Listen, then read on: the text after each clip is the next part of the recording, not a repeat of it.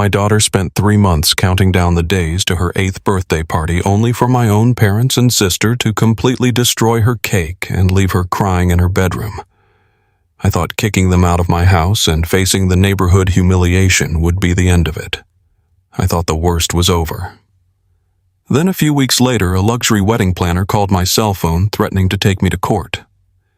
She demanded to know why my name and social security number were listed as the sole financial guarantor for my sister's $82,000 country club wedding. When I finally forced them to hand over the contract, my blood ran cold. My name is Thomas, and this is the story of how the people who were supposed to love me tried to bury me alive, and how I legally burned their entire world to the ground. Let me take you back to that Saturday morning. I am 36 years old, working as a supply chain manager for a mid-sized logistics firm here in Ohio. My wife Claire and I have built a quiet, honest life. We do not have a mansion. We do not drive luxury cars. We have a modest 3-bedroom house with a big oak tree in the backyard, a mortgage we pay on time, and our daughter Lily. Lily is the kind of kid who draws you pictures just because you had a long day at work. Turning 8 was a massive deal for her. Claire had spent the entire week cutting out paper streamers, baking cupcakes, and setting up a makeshift photo booth in our backyard. I have always been the invisible child in my family. My parents, Robert and Susan, never came to my high school baseball games. When I graduated college with a business degree, they skipped the ceremony because my younger sister, Jessica, had a minor cheerleading competition the same weekend. Jessica is 28, and she is the center of my parents' universe. The golden child. If Jessica sneezed, my parents bought her a new car. They remortgaged their own home twice to fund her out-of-state sorority lifestyle and her endless string of failed startup ideas. Meanwhile, I paid my own way through state college working night shifts at a warehouse. I never asked them for a dime, and they never offered one. I made peace with that reality a long time ago. As long as they treated my daughter with a basic level of respect, I was willing to keep the peace. But respect is not a word my family understands. The party was in full swing by 1 in the afternoon. We had about 20 kids from Lily's class running around the sprinkler, parents chatting on the patio, the grill sizzling with hot dogs and burgers. Lily was wearing a little plastic tiara, laughing so hard she had hiccups. It was perfect. Just a simple, happy Saturday. Until the front door of our house flew wide open. My parents and Jessica were exactly 2 hours late. They did not knock. They did not come through the side gate like everyone else. They marched straight through the front door and out the back patio screen door like they owned the property. Trailing right behind Jessica was her fiancé, Blake. Blake is 30 years old, wears Italian loafers with no socks, and constantly talks about his cryptocurrency portfolio. He's the kind of guy who calls everyone boss or chief, but never actually looks you in the eye. Before they even said hello to me or wished Lily a happy birthday, one of my neighbors walked up and tapped me on the shoulder, pointing toward the front yard. I walked out to the driveway and felt my jaw clench so hard my teeth ached. Blake had parked his leased white BMW directly on my front lawn. Not the driveway, not the street. He parked right on the freshly cut grass, completely crushing the small flower bed Claire and Lily had spent all of April planting together. I walked back to the patio, pulled Blake aside, and quietly asked him to move his car to the street. Blake just laughed loudly, holding a craft beer he had already pulled from our cooler without asking. He waved his hand in my face, saying the street was too crowded with minivans and he did not want any of these local kids scratching his custom rims. He told me it was just a little grass and told me to relax. My father, Robert, chimed in immediately. He walked over, slapped Blake on the shoulder, and gave me a look of absolute disgust. Robert told me to stop being so uptight and making a scene in front of the guests. He said Blake was used to a certain standard of living, and I should be grateful they even made the drive out to the suburbs. It was my house, my lawn, my daughter's birthday, but somehow I was the one out of line. I swallowed my anger because I did not want to ruin Lily's day with a screaming match. I nodded, walked away, and decided I would just fix the grass tomorrow. I headed back toward the food table, hoping to find some peace, only to find my mother Susan currently picking apart Claire's hard work. Susan was holding one of the hand-painted party favors Claire had made for the kids. She was inspecting it like it was contaminated. She did not lower her voice at all when she told one of my wife's friends that the decorations looked like a cheap kindergarten art project. Susan looked around our backyard, staring at the folding tables and the paper plates, and let out a dramatic sigh. She asked Claire why we did not just rent out a proper country club venue, casually mentioning how embarrassing it is to serve store-bought hot dog buns to guests. Claire's smile faltered, but she kept her composure. My mother has always done this.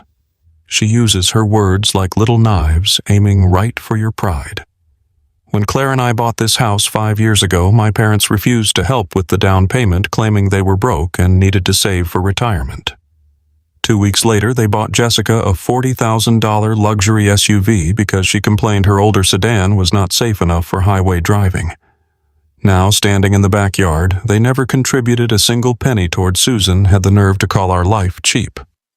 I stepped in front of Claire, telling my mother that the kids were having a great time and that she should go get a drink. Susan just rolled her eyes and muttered something about how I always settle for mediocrity. Then there was Jessica. She showed up to an 8-year-old's backyard birthday party wearing a silk designer dress and oversized sunglasses. She did not bring a gift for Lily. She did not even bring a cheap greeting card. Instead, Jessica walked straight to the buffet table, picked up a plastic fork, and poked at the potato salad. She wrinkled her nose and loudly announced to the entire patio that she could not eat anything here because of her strict new organic diet. She complained that the smoke from my grill was getting into her hair and ruining her blowout. But complaining about the food was not enough of a stage for my sister. Jessica needed an audience, and she was going to use my guests to get one. She started moving through the crowd of parents, cornering my neighbors and my coworkers. She was not making polite small talk. She was treating my daughter's birthday like a corporate networking event. I watched her hand out Blake's sleek black business cards to my boss. She loudly bragged that Blake was closing a 7-figure commercial real estate deal and that they were currently looking for high net worth investors to join their exclusive fund. She talked over everyone. If someone tried to bring the conversation back to the kids or the party, Jessica would immediately pivot back to her engagement ring, shoving her hand in people's faces and boasting about the clarity of the diamond. The breaking point for me was watching how they treated Lily. My daughter had spent the last 2 hours running around waiting for her grandparents to notice her. Lily finally walked up to Robert, holding a picture she had drawn of our family. She tugged on my father's shirt, smiling up at him. Robert looked down, gave the drawing a quick glance, and handed it right back to her. He told her to go play because he was in the middle of a very important conversation with Blake about investment strategies. He did not say happy birthday. He did not ask her how her day was going. He just swatted her away like a nuisance. Lily's shoulders dropped and she walked back to Claire, clutching the drawing against her chest. Watching that happen lit a fire inside my chest that I had been suppressing for 36 years. I realized right then that my parents were never going to change.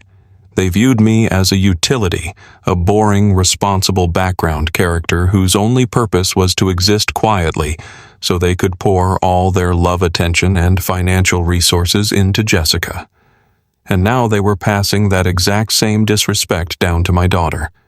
They were teaching Lily that she did not matter. I walked over to Claire and told her it was time to cut the cake. I wanted to shift the focus back to where it belonged. I wanted Lily to feel special, to feel celebrated, and to forget about the coldness of her grandparents. Claire brought out the cake. It was a beautiful custom 3-tier unicorn cake that she had saved up for months to afford. It had bright pink frosting, edible glitter, and 8 candles glowing perfectly on top. The kids gathered around the table, their eyes wide with excitement. We started singing Happy Birthday. Lily closed her eyes, taking a deep breath, getting ready to make her wish. The entire backyard was focused on her. For just a few seconds, everything was perfect. But Jessica could not stand it. She could not stand a room full of people paying attention to someone other than her. Not even for 1 minute. Not even for an 8-year-old child.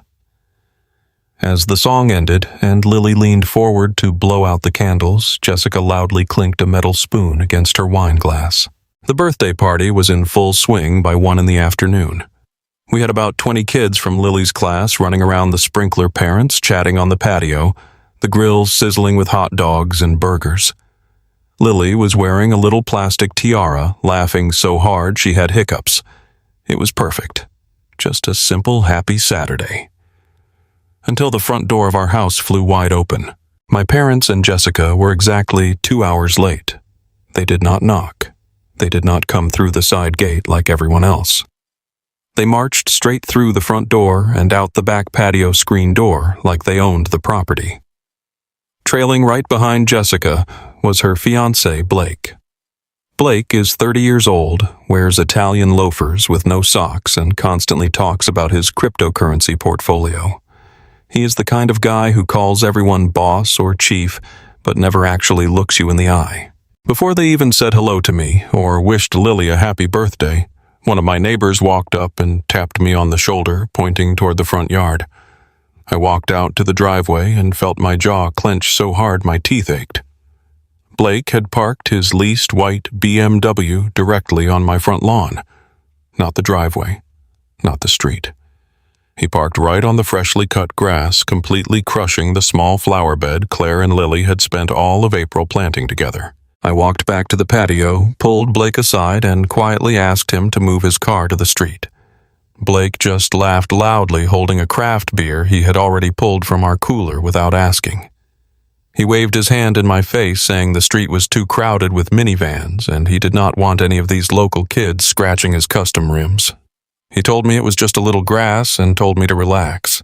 My father, Robert, chimed in immediately. He walked over, slapped Blake on the shoulder, and gave me a look of absolute disgust. Robert told me to stop being so uptight and making a scene in front of the guests. He said Blake was used to a certain standard of living, and I should be grateful they even made the drive out to the suburbs. It was my house, my lawn, my daughter's birthday, but somehow I was the one out of line. I swallowed my anger because I did not want to ruin Lily's day with a screaming match. I nodded, walked away, and decided I would just fix the grass tomorrow. I headed back toward the food table, hoping to find some peace, only to find my mother Susan currently picking apart Claire's hard work. Susan was holding one of the hand-painted party favors Claire had made for the kids. She was inspecting it like it was contaminated. She did not lower her voice at all when she told one of my wife's friends that the decorations looked like a cheap kindergarten art project. Susan looked around our backyard, staring at the folding tables and the paper plates, and let out a dramatic sigh. She asked Claire why we did not just rent out a proper country club venue, casually mentioning how embarrassing it is to serve store-bought hot dog buns to guests. Claire's smile faltered, but she kept her composure. My mother has always done this. She uses her words like little knives, aiming right for your pride. When Claire and I bought this house 5 years ago, my parents refused to help with the down payment, claiming they were broke and needed to save for retirement. 2 weeks later, they bought Jessica a $40,000 luxury SUV because she complained her older sedan was not safe enough for highway driving. Now, standing in the backyard, they never contributed a single penny toward Susan, had the nerve to call our life cheap. I stepped in front of Claire, telling my mother that the kids were having a great time and that she should go get a drink. Susan just rolled her eyes and muttered something about how I always settle for mediocrity. Then there was Jessica. She showed up to an 8-year-old's backyard birthday party wearing a silk designer dress and oversized sunglasses. She did not bring a gift for Lily. She did not even bring a cheap greeting card. Instead, Jessica walked straight to the buffet table, picked up a plastic fork, and poked at the potato salad. She wrinkled her nose and loudly announced to the entire patio that she could not eat anything here because of her strict new organic diet. She complained that the smoke from my grill was getting into her hair and ruining her blowout. But complaining about the food was not enough of a stage for my sister. Jessica needed an audience, and she was going to use my guests to get one. She started moving through the crowd of parents, cornering my neighbors and my co-workers. She was not making polite small talk. She was treating my daughter's birthday like a corporate networking event. I watched her hand out Blake's sleek black business cards to my boss. She loudly bragged that Blake was closing a 7-figure commercial real estate deal and that they were currently looking for high net worth investors to join their exclusive fund. She talked over everyone. If someone tried to bring the conversation back to the kids or the party, Jessica would immediately pivot back to her engagement ring, shoving her hand in people's faces and boasting about the clarity of the diamond. The breaking point for me was watching how they treated Lily. My daughter had spent the last 2 hours running around, waiting for her grandparents to notice her. Lily finally walked up to Robert holding a picture she had drawn of our family. She tugged on my father's shirt, smiling up at him. Robert looked down, gave the drawing a quick glance, and handed it right back to her. He told her to go play because he was in the middle of a very important conversation with Blake about investment strategies. He did not say happy birthday. He did not ask her how her day was going. He just swatted her away like a nuisance. Lily's shoulders dropped and she walked back to Claire, clutching the drawing against her chest. Watching that happen lit a fire inside my chest that I had been suppressing for 36 years. I realized right then that my parents were never going to change. They viewed me as a utility, a boring, responsible background character whose only purpose was to exist quietly so they could pour all their love, attention, and financial resources into Jessica. And now they were passing that exact same disrespect down to my daughter. They were teaching Lily that she did not matter. I walked over to Claire and told her it was time to cut the cake. I wanted to shift the focus back to where it belonged. I wanted Lily to feel special, to feel celebrated, and to forget about the coldness of her grandparents. Claire brought out the cake. It was a beautiful custom 3-tier unicorn cake that she had saved up for months to afford. It had bright pink frosting, edible glitter, and 8 candles glowing perfectly on top. The kids gathered around the table, their eyes wide with excitement. We started singing Happy Birthday. Lily closed her eyes, taking a deep breath, getting ready to make her wish. The entire backyard was focused on her. For just a few seconds, everything was perfect. But Jessica could not stand it. She could not stand a room full of people paying attention to someone other than her. Not even for 1 minute. Not even for an 8-year-old child. As the song ended and Lily leaned forward to blow out the candles, Jessica loudly clinked a metal spoon against her wine glass. Clink, clink, clink. The singing sputtered to an awkward halt. Half the guests turned around confused. I looked over and saw my sister Jessica standing dead center on the patio holding her glass of Chardonnay high in the air. Blake was standing right behind her, grinning like he had just won the lottery. "Excuse me, everyone," Jessica shouted, her voice echoing across the quiet backyard. "I know we are all having fun with the little kiddie party, but I need everyone to stop for just 1 second. Blake and I have some massive news, and we simply cannot wait another minute to share it with our favorite people." I stared at her in absolute disbelief. The birthday song had completely stopped. Lily stood at the table, her eyes still closed, her lungs full of air, waiting to blow out her candles. She slowly opened her eyes, looking around the silent yard, confused as to why everyone had stopped singing her song. Claire looked at me, her face pale with shock. "Jessica," I said, keeping my voice low but firm. "We are in the middle of cutting the cake. Can this wait 5 minutes?" My father, Robert, immediately stepped forward, glaring at me. "Thomas, let your sister speak. This is important. Do not be so selfish on a day like today." Selfish. I was being selfish for wanting my 8-year-old daughter to blow out her birthday candles without my 28-year-old sister hijacking the spotlight. Jessica did not even acknowledge me. She took a step forward, addressing my neighbors and co-workers as if they were her own personal fan club. She tossed her hair back over her shoulder and beamed. "Blake and I just got off the phone with the event coordinator. We did it. We officially secured the grand ballroom at the Oakmont Valley Country Club for our wedding next June. It is the most exclusive venue in the entire state, and they moved a massive corporate client just to fit us in." Blake raised his craft beer to the crowd, shouting, "That is right. We are going all out. Top-tier luxury only. It is going to be the event of the decade. My mother, Susan, actually clapped her hands together, letting out a loud squeal of delight. She rushed over and hugged Jessica, ignoring the fact that 20 children were standing completely still, waiting for the birthday party to resume. Susan loudly proclaimed that this was the best news she had ever heard, and that they needed to start calling the caterers immediately. The sheer narcissism of the moment was suffocating. My neighbors exchanged awkward, uncomfortable glances. A few polite claps echoed from the back of the yard, but mostly there was just a heavy, embarrassed silence. They all knew exactly what was happening. They were watching a grown woman steal the joy from an 8-year-old child. "Oh my goodness, I am just so excited," Jessica squealed, spinning around to hug Blake. And that is when it happened. In her exaggerated theatrical spin, Jessica took 2 blind steps backward, right toward the wooden picnic table. I saw it happening in slow motion, but I was too far away to stop it. I reached my hand out, shouting for her to watch out. Her hip slammed hard into the edge of the folding table. The impact buckled the metal leg. The table tilted violently forward. Claire screamed and lunged forward, trying to catch the cake board. But she was a second too late. The 3-tier custom unicorn cake slid directly off the table. It hit the grass with a heavy, sickening thud. The bright pink fondant cracked wide open. The edible glitter smeared into the dirt. The 8 lit candles hissed and went out in the damp soil. The backyard fell dead silent. You could hear the wind rustling the oak leaves. Lily looked down at the ruined cake. Her little bottom lip started to tremble. Her shoulders shook, and then she completely broke down.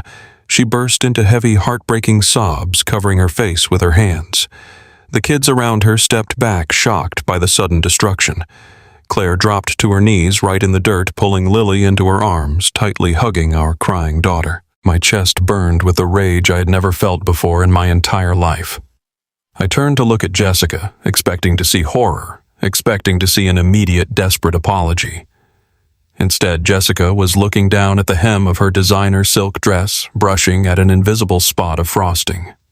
"Oh my God," she gasped, checking her shoes. "That almost ruined my dress. Who put that stupid table right behind me?" I took a step toward her, my voice dropping to a dangerous whisper. "You destroyed her cake. You hijacked her birthday and you destroyed her cake." My mother, Susan, stepped directly between me and Jessica, putting her hands on her hips like a shield. "Oh, stop it, Thomas!" She snapped, her voice loud and incredibly dismissive. "It was an accident. Do not be so dramatic. It is just a cheap cake. Your sister is sharing the most important news of her entire life, and you are throwing a tantrum over a piece of baked sugar. You can just buy another one at the grocery store for $10. A cheap cake. Claire had worked extra weekend shifts for an entire month to afford that cake. And my mother brushed it off like it was garbage. Robert crossed his arms, nodding in agreement with my mother. "Susan is right, Thomas. You are embarrassing yourself in front of your guests. Jessica has every right to celebrate her venue. You should be congratulating her instead of making her feel bad over a clumsy mistake. Have some respect for your family." Something inside me snapped. It was not a loud, explosive break. It was a cold, absolute realization. For 36 years, I had swallowed my pride. I had accepted the fact that they would never love me the way they loved Jessica. I had accepted the financial disparity, the ignored milestones, the constant subtle insults. I took it all because I believed that family was family and you just had to endure it. But looking at my wife kneeling in the dirt, holding my weeping 8-year-old daughter, while my parents fiercely defended the grown woman who caused the damage, I knew I was done. I was completely, utterly done.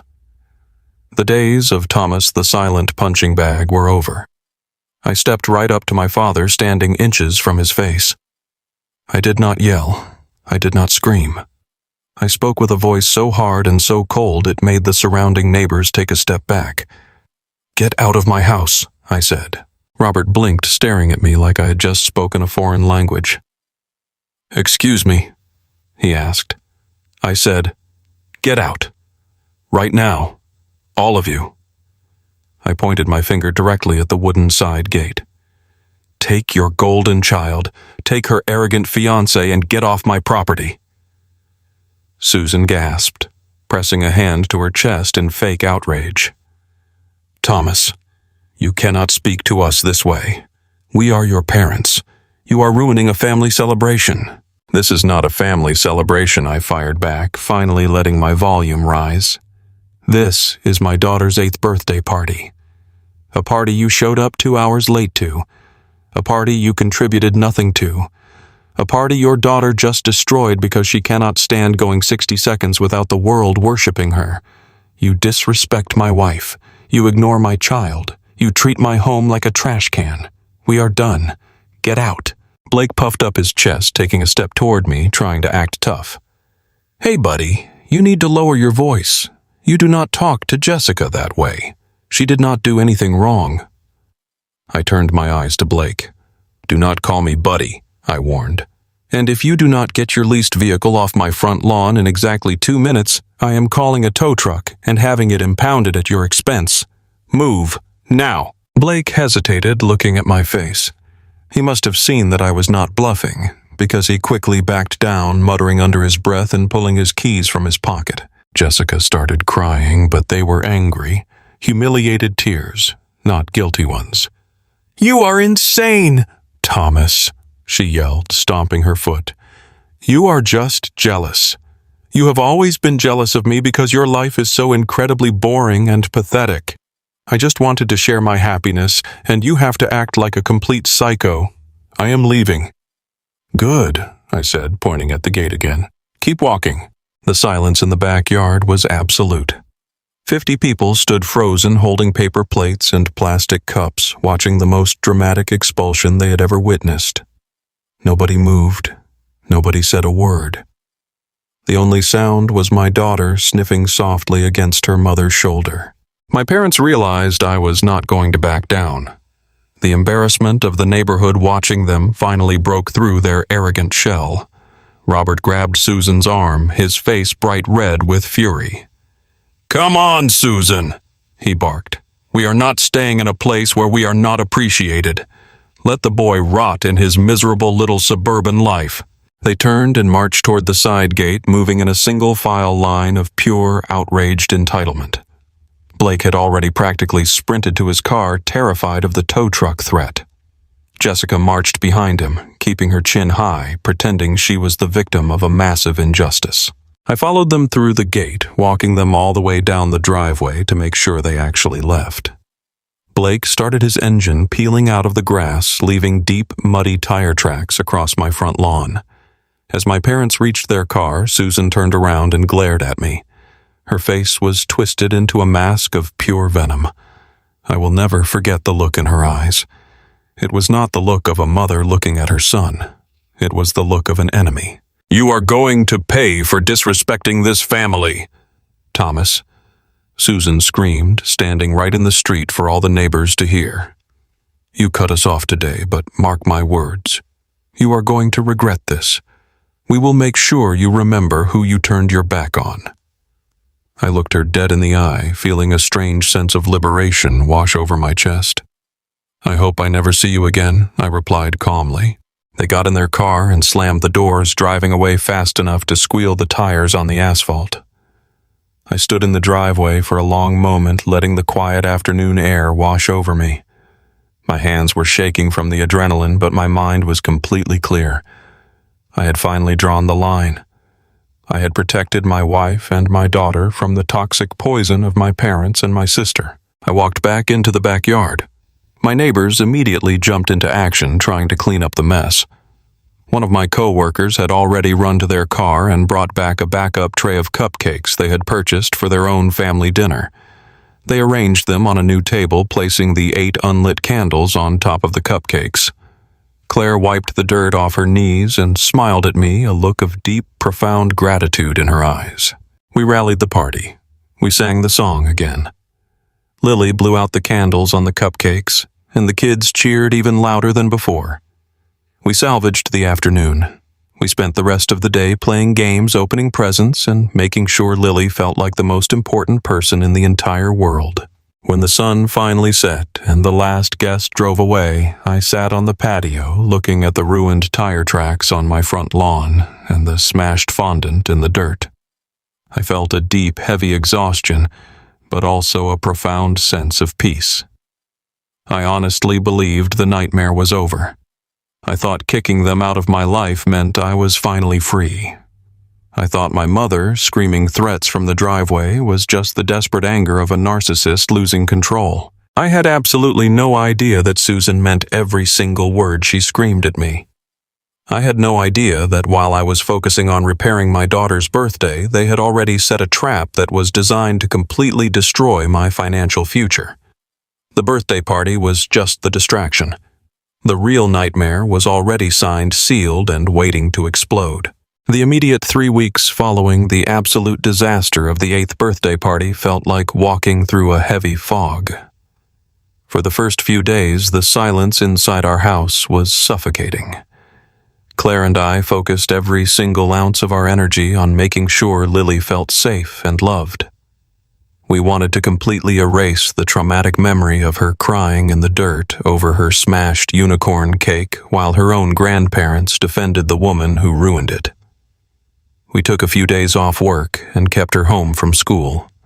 We took her to the local zoo the following weekend. We went to a small bakery downtown and bought a modest chocolate cake just for the 3 of us. We sat on the living room floor eating slices of cake on paper plates and watching her favorite animated movies until she finally started laughing again. Kids are incredibly resilient, but the betrayal I felt as a father hung over me like a dark storm cloud that refused to pass. I had finally drawn the line in the sand. I had finally kicked my toxic parents and my arrogant sister out of my life. It felt terrifying, but it also felt like I could finally take a deep breath for the first time in 36 years. I truly thought the worst part of my life was finally over.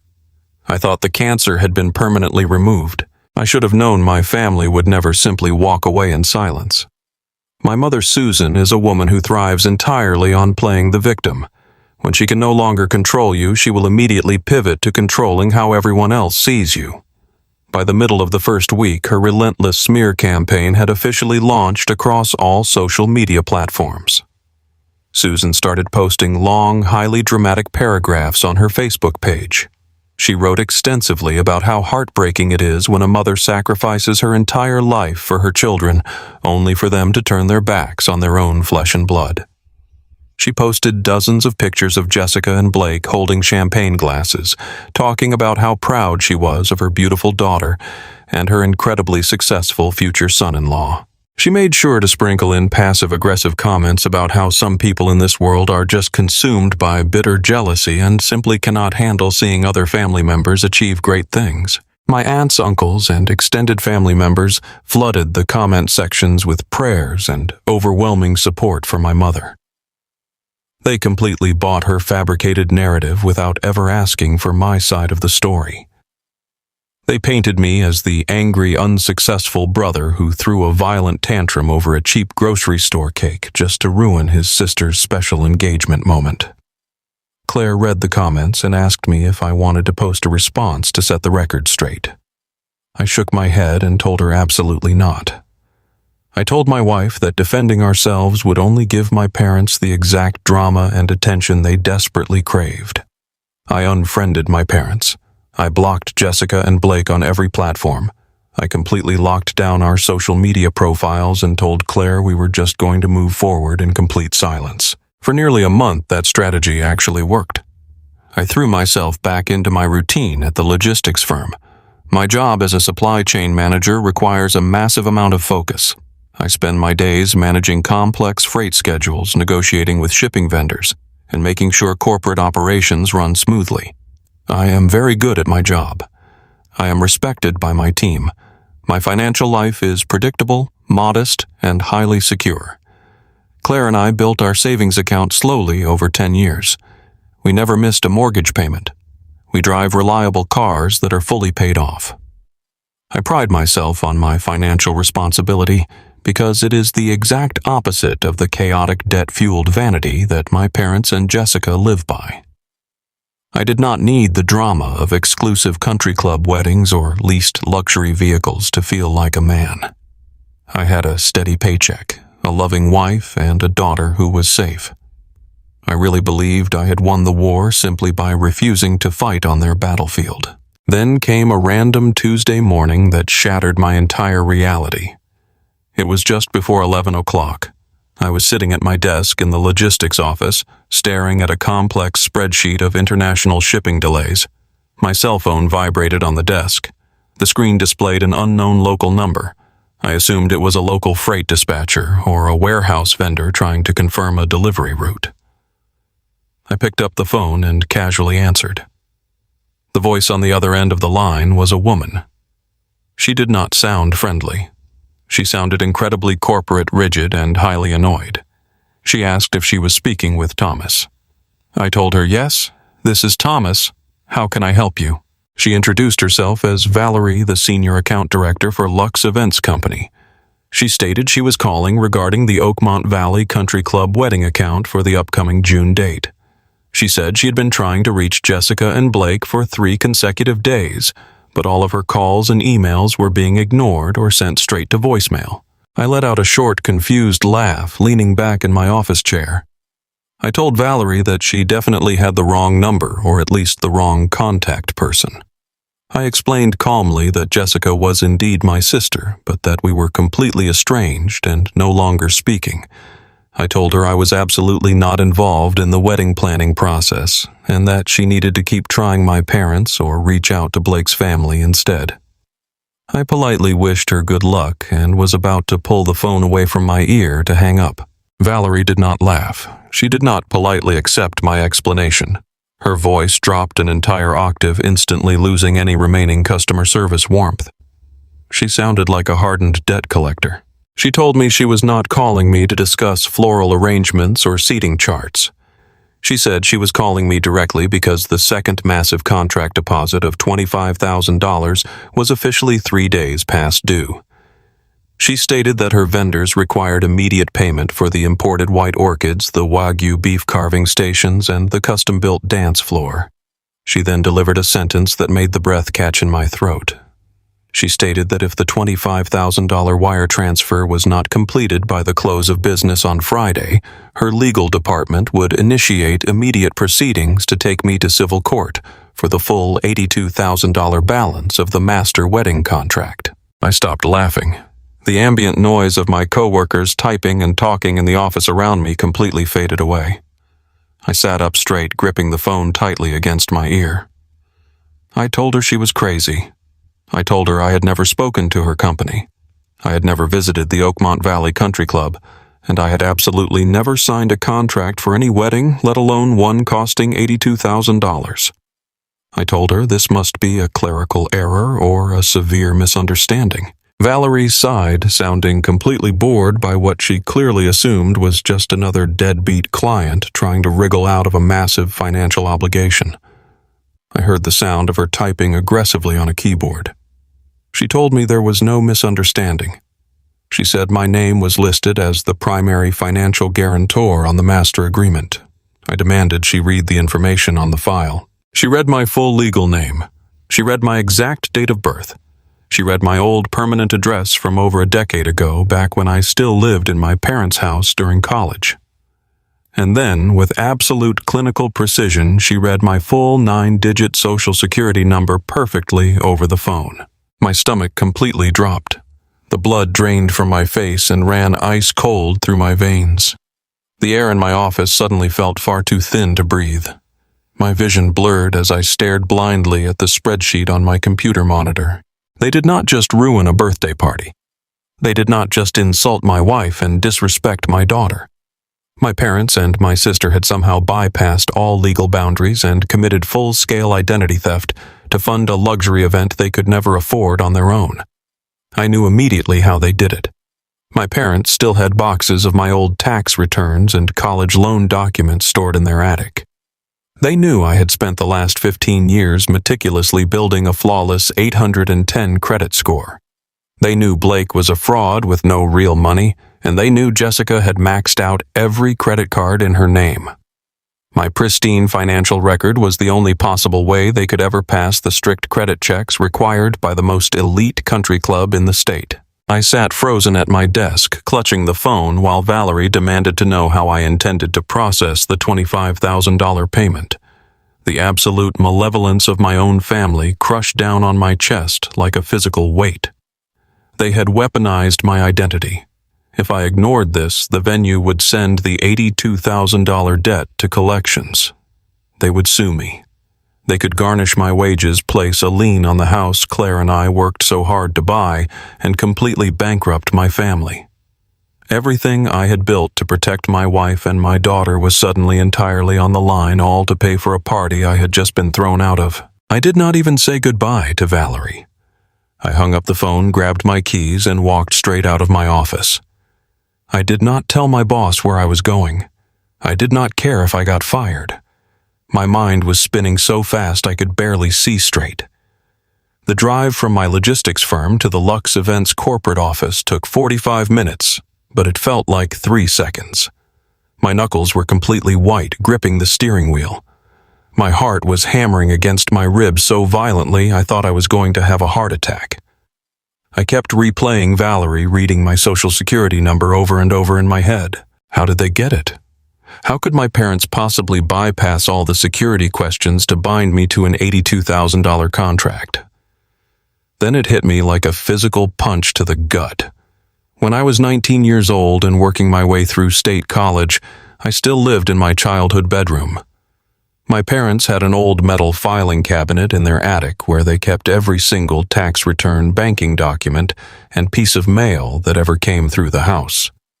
When I moved out and married Claire, I asked my mother for my old documents. Susan told me she had shredded them years ago to protect my privacy.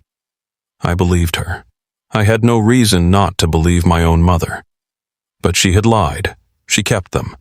She kept my entire financial identity sitting in a dusty box, just waiting to be weaponized. Claire and I had spent the last 15 years sacrificing everything to build our financial security. We skipped vacations. We cooked every meal at home. We drove 10-year-old cars that we repaired ourselves. We did all of this so we could build a flawless 810 credit score.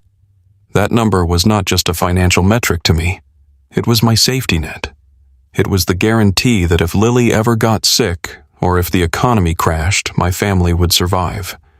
And now my parents had stolen it to buy imported Wagyu beef and white orchids for a sister who could not even be bothered to respect my daughter for 5 minutes. I pulled into the parking lot of the Lux Events corporate headquarters.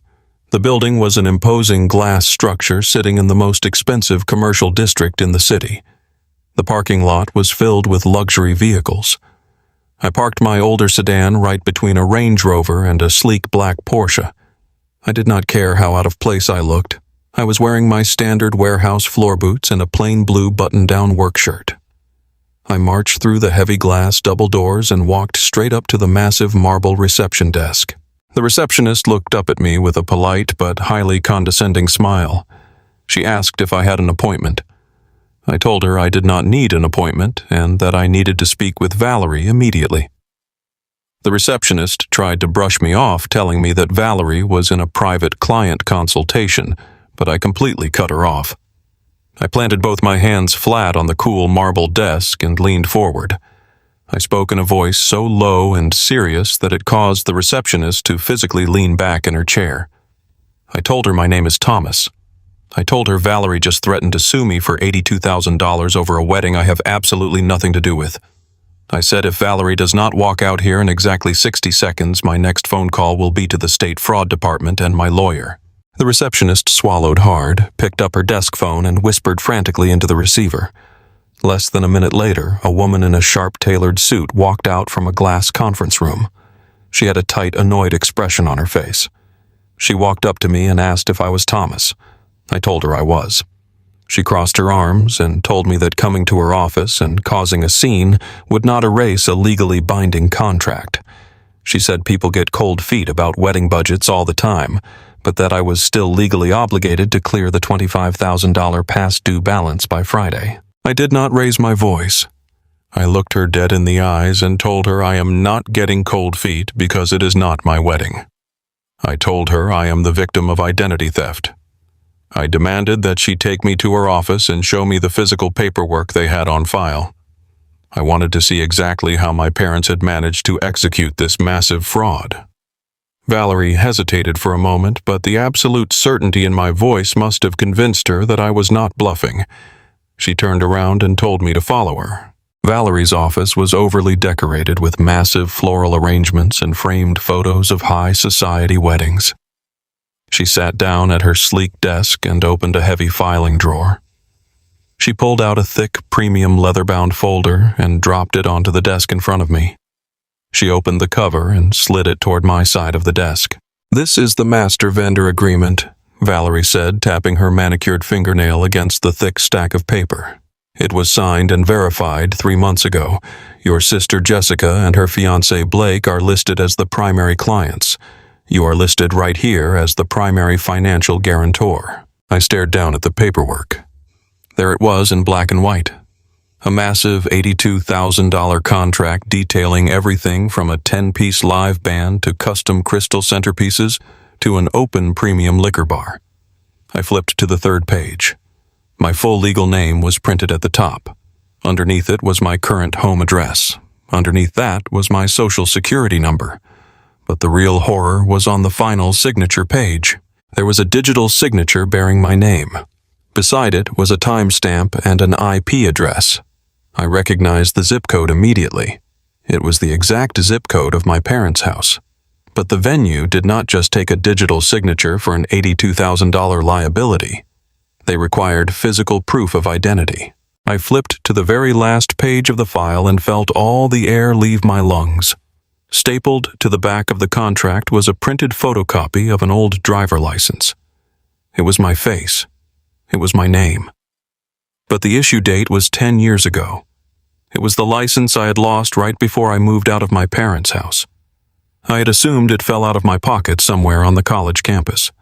I had spent weeks looking for it before finally going to the Department of Motor Vehicles to get a replacement. My mother must have found it in the laundry or on my bedroom floor, and instead of giving it back to me, she filed it away in her attic lockbox. She had literally hoarded my identification for a decade just in case she ever needed to use it. And then I saw the financial disclosure form attached to the contract. Lux Events had run a comprehensive credit check to authorize the payment plan. The paperwork showed my credit score printed in bold black ink. 810. I looked up at Valerie. My hands were shaking so violently I had to press them flat against my legs to keep them still. I asked her how this was legally possible. I asked how they could approve an $82,000 contract based on a decade-old driver license and a digital signature without ever speaking to me directly on the phone. Valerie shifted uncomfortably in her leather chair. She suddenly looked a lot less confident. She explained that Blake had handled all the financial submissions. Blake had told the venue that I was a silent investor in his commercial real estate business and that I was graciously gifting this wedding to my little sister as a tax write-off. Blake had provided the digital signature, the photocopy of the ID, and the social security number. Because my credit score came back absolutely flawless, the automated underwriting software at the country club approved the contract immediately. Valerie admitted that they usually require an in-person signing for the guarantor, but Blake had aggressively pushed back, claiming I was out of the country on a major business trip and could not be reached. My parents had backed up Blake's story, confirming to the event planners that I was simply a very generous big brother who wanted to remain behind the scenes. The sheer calculated evil of their plan completely washed over me. This was not a panicked last-minute mistake. This was a highly orchestrated, months-long conspiracy. My parents and Jessica knew exactly what they were doing. They knew Blake was a total fraud. They knew his flashy leased car and his fake real estate investments were a massive smokescreen. Blake did not have a single dime to his name, and Jessica had zero credit. They could never secure a venue like the Oakmont Valley Country Club on their own. They would have been laughed right out of the building. So they sat around their dining room table and decided to use me. They viewed my 15 years of hard work, my sacrifice, and my spotless financial record as their own personal piggy bank. They stole my identity to secure the booking. They likely planned to just string along the deposits using whatever small amounts of cash they could scrape together, hoping I would never find out. Or worse, they planned to eventually default on the massive final payment and let the venue come after me. They were fully prepared to let my house go into foreclosure.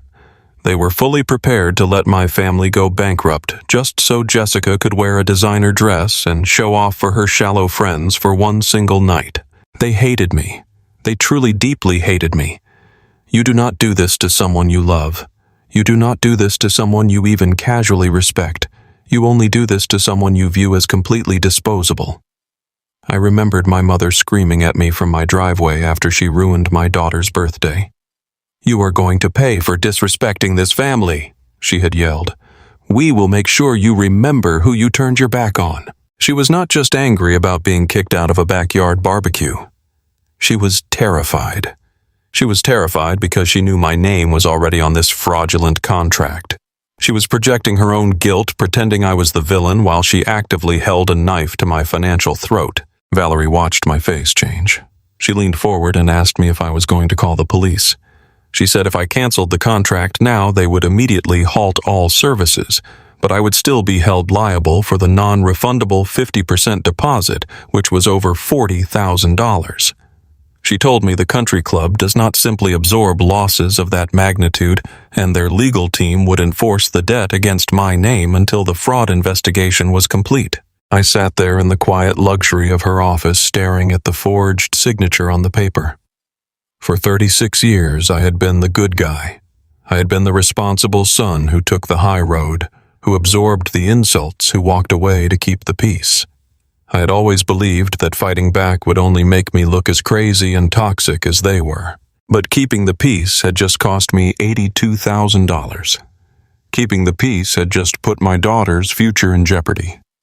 The time for being the bigger person was officially over. I did not want to just cancel the contract. I did not want to just call the police and let my parents scramble to hide their assets. If I tipped them off right now, they would hire a lawyer, blame Blake, say it was a misunderstanding, and try to slip away like they always did. I needed them to face the absolute maximum consequence of their actions. I needed them to feel the exact same level of total devastating humiliation they had inflicted on me and my daughter. I looked at Valerie and forced my face to completely relax. I pushed the folder back across her desk. I told her I was not going to call the police today. I told her I needed 24 hours to process some internal family funds. I looked her dead in the eye and promised her that the financial liability for this wedding would be handled exactly the way the law required. I told her not to cancel the vendors. I told her not to call Jessica and Blake. I told her to let the wedding proceed exactly as planned. Valerie looked at me like I was insane, but she nodded. "As long as the money is secured by Friday," she said.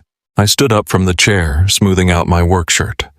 I walked out of the Lux Events corporate office and stepped into the bright afternoon sun. I pulled out my cell phone and looked up the number for the best fraud attorney in the county. My parents wanted to use my name to fund their golden child's perfect day. I was going to let them have their perfect day. I was going to let them put on their expensive suits and stand in front of hundreds of people. And then I was going to drop an anvil on their entire reality. The drive from the luxury events office back to my quiet suburban neighborhood took 45 minutes. I did not turn on the radio. I did not call my wife Claire. I drove in complete absolute silence. My hands gripped the steering wheel so tightly my knuckles turned white.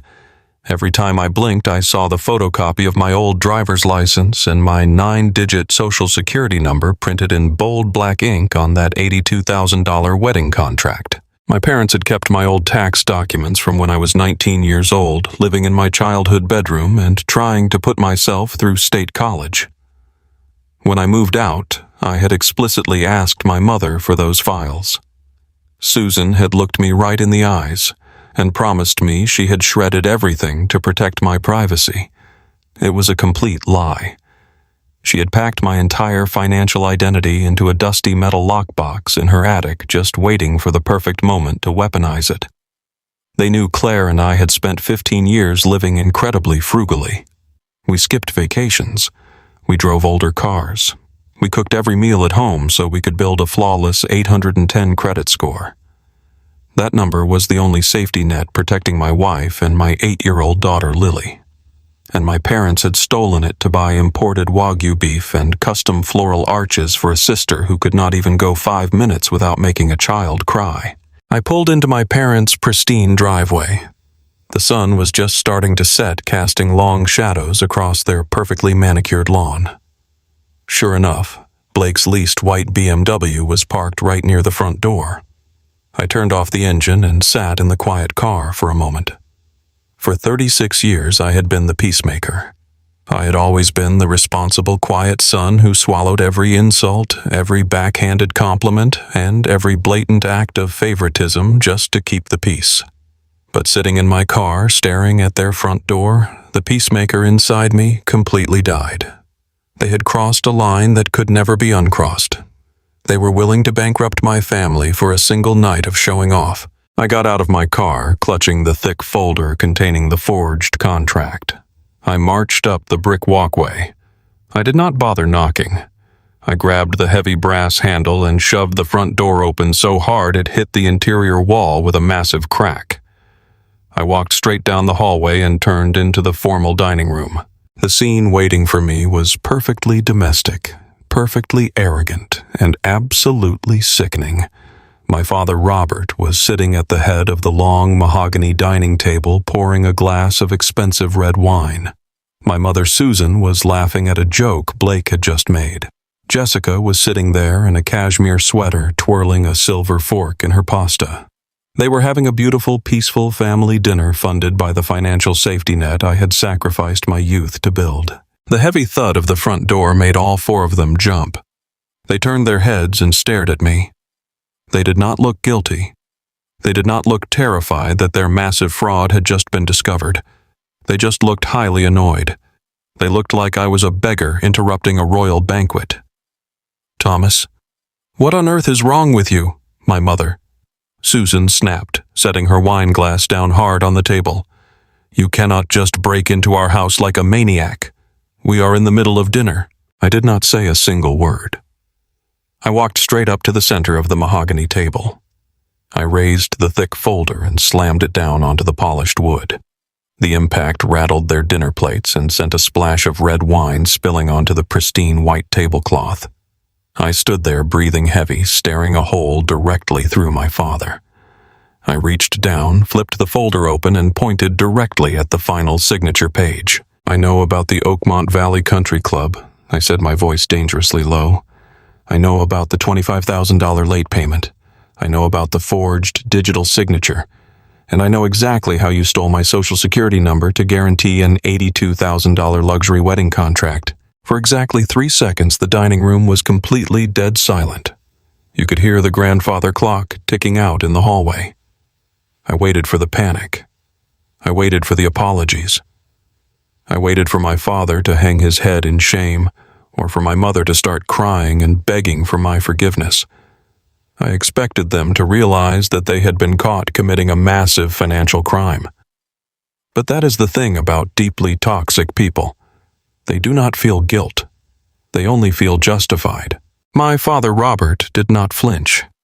He casually picked up his linen napkin, wiped his mouth, and let out a long, heavy sigh like he was dealing with a stubborn toddler. "Calm down, Thomas," he said, leaning back in his expensive dining chair. "There is absolutely no reason to come in here screaming and throwing papers around.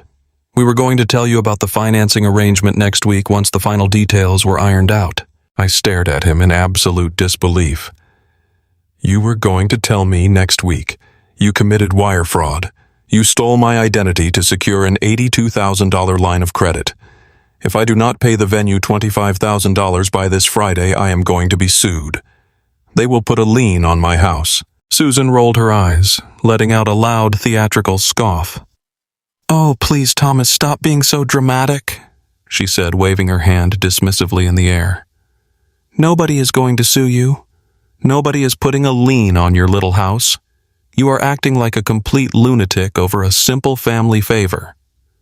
"A family favor?"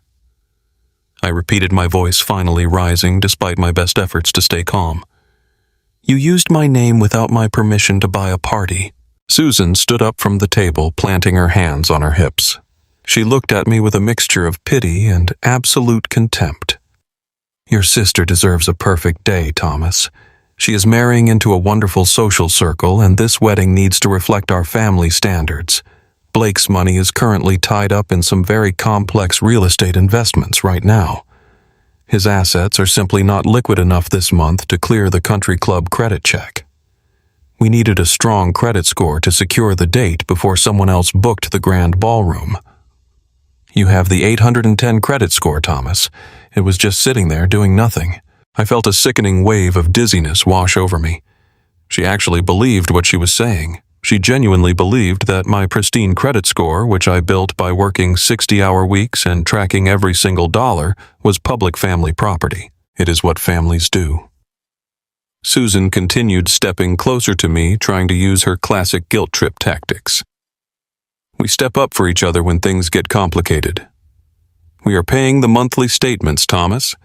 You will not pay a single dime out of your own pocket. We just needed your name on the paper to get past the automated system. It is just paperwork. You are blowing this entirely out of proportion just to ruin Jessica's happiness. You did not ask me. I fired back, stepping toward her. If it was just a simple family favor, you would have called me. You would have asked me to co-sign. But you knew I would say no. So you dug through your attic, found my old driver's license, and forged my signature. That is a felony, Susan. You broke the law. At that moment, Blake leaned forward, resting his elbows on the dining table. He picked up his wine glass, took a slow, arrogant sip, and smirked at me. The sheer audacity on his face made my blood boil. Hey, Chief, Blake said, using that same condescending tone he used when he parked his car on my lawn at the birthday party. You really need to take a breath and relax. You are getting entirely too worked up over a standard financial placeholder. I deal with high-level contracts every single day. We just used your profile to bridge a temporary liquidity gap. I have a massive commercial closing happening in 4 weeks. Once that commission clears, I will pay the entire country club balance in cash. You just need to be a good big brother and hold the line for a minute. Stop trying to play the victim here. I looked at Blake. This smooth-talking 30-year-old con artist was sitting at my parents' table drinking their expensive wine, lecturing me about being a good brother while actively holding a knife to my financial throat. I knew right then and there that Blake did not have a massive commercial closing coming up. Blake was completely broke. He was a shiny, empty shell, and my parents were too obsessed with his country club aesthetic to see the glaring red flags. I turned my attention back to Jessica. She had been quiet up until now, sitting at the table picking at her manicured fingernails. I expected my sister to at least show a shred of remorse.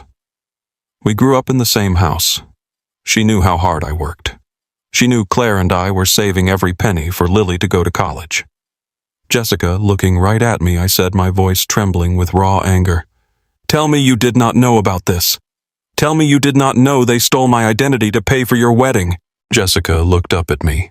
Her eyes were completely cold. She let out an exasperated sigh and crossed her arms over her cashmere sweater. Of course I knew, Thomas, she said, sounding incredibly bored by the entire conversation. We all knew. And frankly, I do not understand why you are throwing such a massive tantrum. You have a boring corporate job and a boring life. You never take vacations. You never buy nice things. What exactly were you saving that precious credit score for anyway? A new lawnmower. I stood frozen. The sheer cruelty of her words echoed in the dining room. Jessica stood up from her chair, suddenly adopting a highly aggressive, threatening posture. And let me make one thing perfectly clear to you, big brother, she hissed, pointing her finger directly at my chest. If you ruin this for me, I swear to God I will make you regret it for the rest of your miserable life. If you call that venue and cancel my contract, I will completely cut you out of this family. You will never be invited to family holidays again. You will never be allowed to attend my future baby showers. You will absolutely never meet your future nieces or nephews. If you ruin my perfect wedding over some petty technicality, you are dead to me. Do you understand? I stared at the 4 of them standing around that expensive mahogany table. my father looking away, avoiding my gaze but silently supporting them. My mother looking at me with total entitlement, expecting me to just bow my head and accept my role as their financial shield. Blake smirking from the sidelines, playing the successful businessman, and my sister threatening to withhold her future children from me as if her presence in my life was some kind of grand prize I should be desperate to keep. In that exact moment, a massive, profound shift happened inside my brain. The last remaining shred of guilt, the last tiny voice that told me to respect my parents and love my sister completely, evaporated. I realized the brutal, absolute truth. They did not view me as a son. They did not view me as a brother. To them, I was nothing more than a utility. I was a social security number. I was a credit score. I was a tool designed to be used as a tool, a credit score. I was a tool designed specifically to be used up and thrown away so the golden child could shine brighter. They truly believed I was too weak and too obedient to fight back. They thought they had me trapped because they thought I cared too much about keeping the family together to ever drop the hammer on them. I looked at Jessica. I looked at the fierce, arrogant entitlement burning in her eyes. I looked at Blake, who was already turning his attention back to his plate of food, assuming the conflict was resolved. I looked at my mother, who was already reaching for her wine glass, ready to go back to her perfect evening. I slowly reached down and picked up the thick folder containing the forged contract. I closed it and tucked it tightly under my arm. I did not scream. I did not throw things. I did not threaten them with the police right then and there. I knew that arguing with a room full of narcissists was a complete waste of time. I let a slow, cold calm wash over my entire body. "You know what, Susan?" I said, keeping my voice perfectly level and quiet. "You are absolutely right." My mother paused her wine glass, hovering halfway to her mouth. She looked at me suspiciously. "I said you are right," I repeated, forcing a completely hollow smile onto my face. "Family helps family. Jessica deserves her perfect day at the country club. And Blake is clearly a very successful man who just needs a small bridge loan." Blake chuckled, nodding his head and pointing a fork at me. "See, now you are thinking like a businessman, Thomas. I knew you would come around." I looked at my father, who let out a loud breath of relief. I looked at Jessica, who immediately rolled her eyes and muttered that I should not have caused such a scene in the first place if I was just going to agree anyway. "Just make sure you make the monthly payments," I said, backing away slowly toward the dining room entrance. "Do not make me regret this." Susan smiled a triumphant, glowing smile of a woman who fully believed she had completely conquered her weak son once again. "Of course we will make the payments, Thomas," she said, her voice returning to its sickly sweet tone. "You will not even notice it is there. Now please see yourself out. We are trying to finish our dinner." I turned around and walked down the hallway. I opened the front door and stepped out into the cool evening air. I walked down the brick path past Blake's leased BMW and got into my car. I sat in the driver's seat staring at the front window of their house. I watched their silhouettes moving behind the warm glow of the dining room curtains. They were probably laughing at me right now. They were probably toasting to their own brilliance, thinking they had successfully bullied me into funding an $82,000 lie. They thought I was a pushover. They thought the confrontation was over. They had absolutely no idea that by doubling down on their lies and threatening my future, they had just signed their own execution warrants. I was not going to cancel the contract. I was not going to let them quietly fix this and pretend nothing happened. I was going to use my background in supply chain analytics to dig into every single corner of Blake's pathetic fake life. And then I was going to let them walk right into their beautiful $82,000 trap. I drove away from my parents' house completely numb. The streets of my quiet suburban neighborhood passed by in a blur of streetlights and dark trees. The adrenaline that had carried me through my parents' formal dining room was slowly wearing off, and it was being replaced by a cold, mechanical clarity. I had spent my entire adult life trying to earn the respect and love of people who viewed me as nothing more than a disposable credit score. I thought about my father leaning back in his expensive dining chair, fiercely defending the man who had just parked a leased car on my daughter's flower bed. I thought about my mother telling me to stop being dramatic about an $82,000 forged debt. I thought about Jessica threatening to withhold her future unborn children from me just to maintain her iron grip on my financial security. The peacemaker inside me was completely dead. When I pulled into my driveway, my house was quiet. The front porch light was on. It was a warm, safe beacon that stood in absolute, complete contrast to the toxic swamp I had just left. I walked through the front door and took a massive, deep breath. I knew the conversation I was about to have with my wife was going to change the trajectory of our lives forever. Claire was sitting at the kitchen island, nursing a cup of hot tea. She looked up when I walked in and immediately knew something was horribly wrong. You do not spend 15 years with a woman without learning how to read the exact tension in her shoulders. She put her ceramic mug down and asked me what happened. I did not sugarcoat it. I did not try to soften the blow. I walked over to the kitchen counter and dropped the thick leather-bound folder directly in front of her. I told her to open it.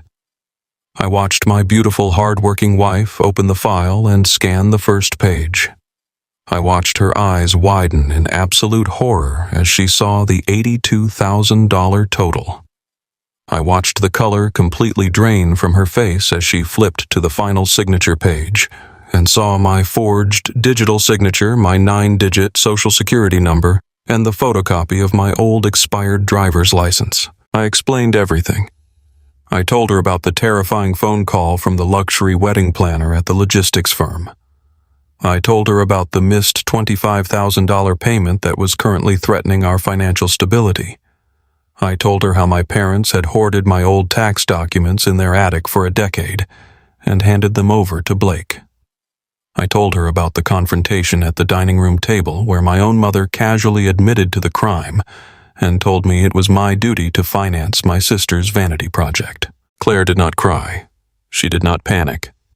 My wife is a fierce, protective woman who works incredibly hard for every single thing we have. Her initial shock quickly morphed into absolute white-hot anger.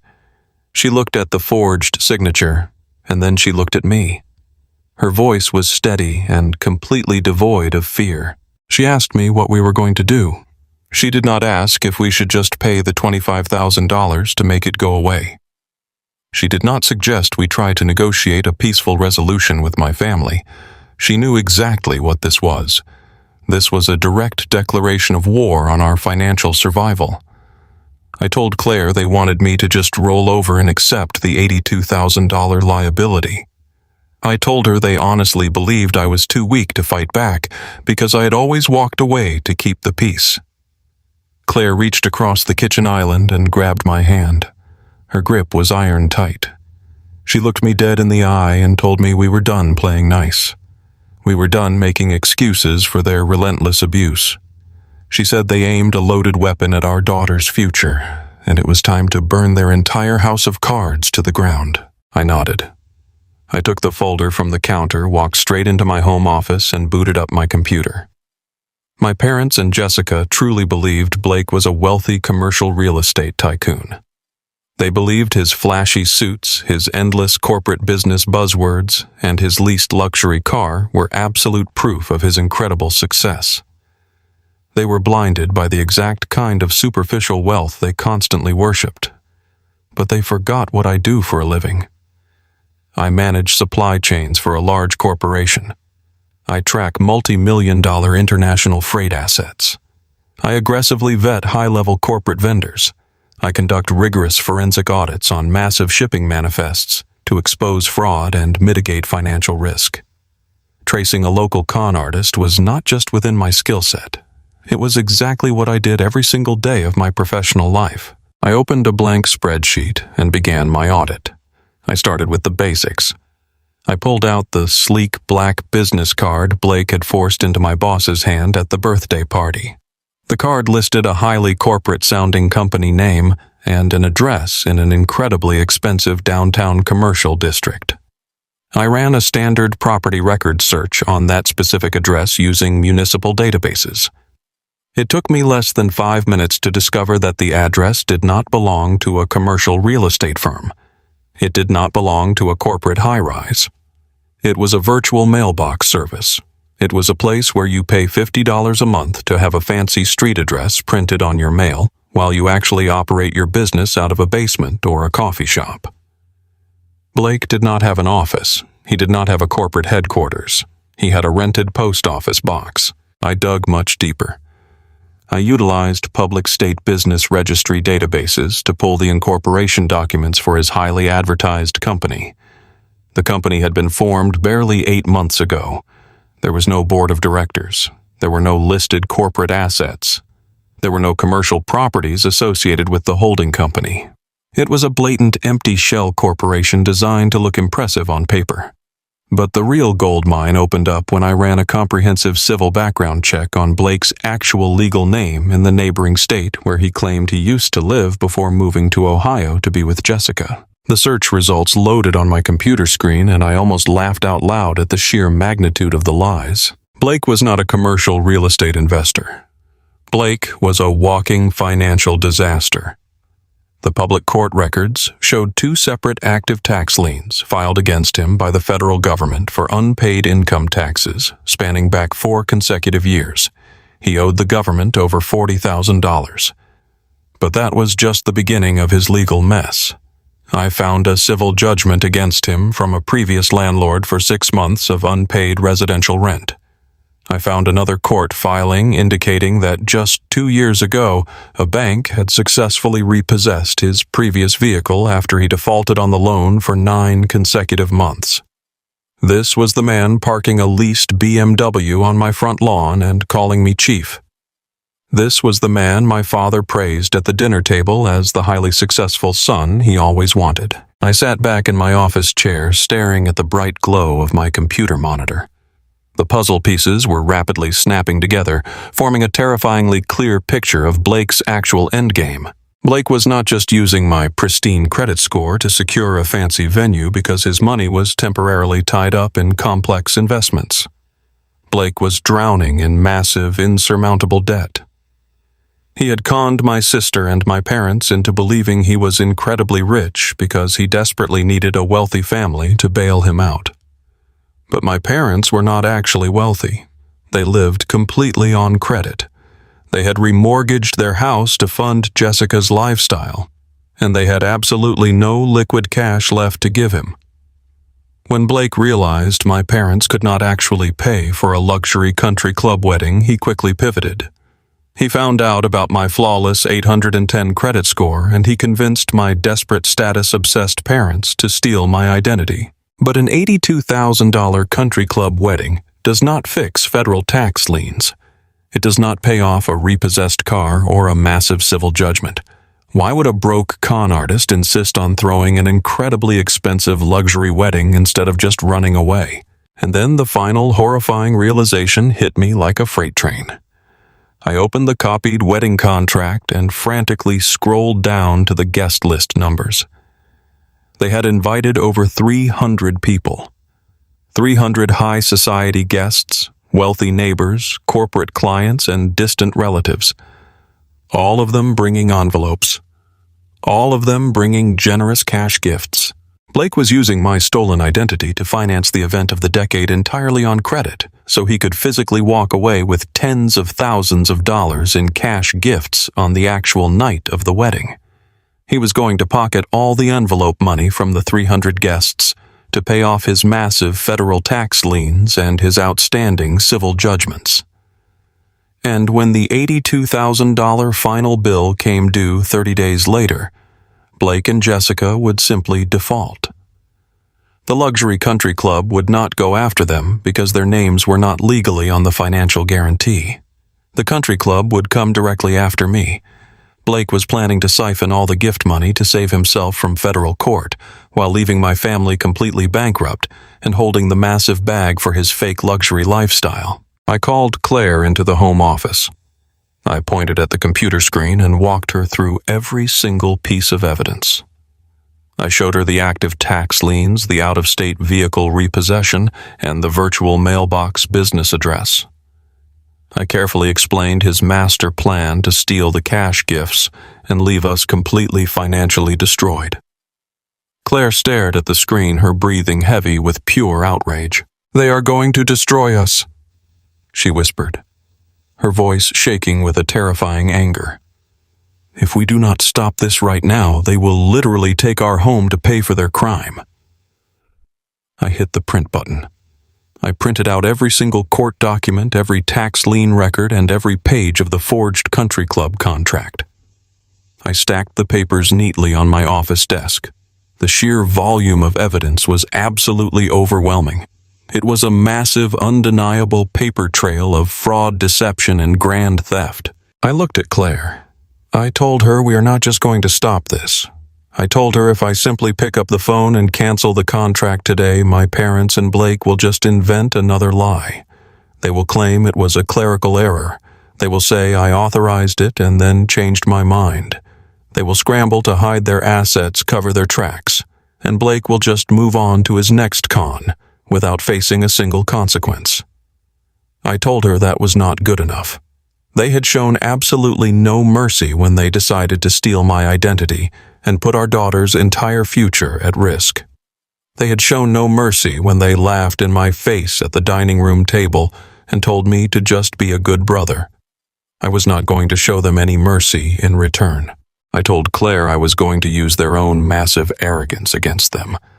I was going to let them plan the wedding. I was going to let them put on their expensive tailored suits. I was going to let Jessica put on her $10,000 suit, to let Jessica put on her $10,000 custom dress.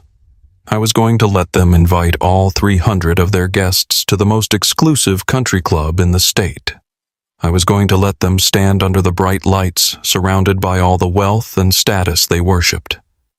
And then, when they were completely trapped under the spotlight with nowhere to run, and absolutely nowhere to hide, I was going to let the authorities drop the hammer. We were not just going to defend ourselves, we were going to war. I barely slept that night. I laid in bed staring at the ceiling while Claire breathed softly next to me. The sheer volume of evidence I had printed out sat in a neat, thick stack on my home office desk. It was a paper trail of pure betrayal. My parents had stolen my identity. My sister had threatened my future. A 30-year-old con artist was using my pristine financial record to throw an $82,000 party so he could steal the cash gifts and pay off his federal tax liens. By the time the sun came up, my mind was completely resolved. I was no longer a victim. I was a man protecting his wife and his 8-year-old daughter from a pack of financial predators. I took the day off from the logistics firm. I dressed in a sharp suit, gathered the stack of documents, and drove downtown. I did not go to a standard family lawyer. I did not go to a general practice attorney. I went to the top financial fraud litigator in the city. His name was David Harrison. He was a former federal prosecutor who now handled high-stakes corporate fraud and identity theft cases. His office was on the 30th floor of a high-rise overlooking the city. It was cold, intimidating, and exactly the kind of environment I needed to wage this war. I sat down in the heavy leather chair across from Harrison, and I did not waste a single second with small talk. I placed the thick folder on his polished mahogany desk. I told him my parents and my sister had stolen my social security number and my old driver's license to guarantee an $82,000 luxury wedding contract. I told him the groomsman was a fraud with federal tax liens. I told him the country club was demanding a $25,000 wire transfer by Friday, or they were taking me to court. Harrison put on his reading glasses and opened the folder. For 20 straight minutes, the only sound in the massive office was the crisp flipping of paper. He read the forged contract. He examined the digital signature. He studied the photocopy of my decade-old driver's license.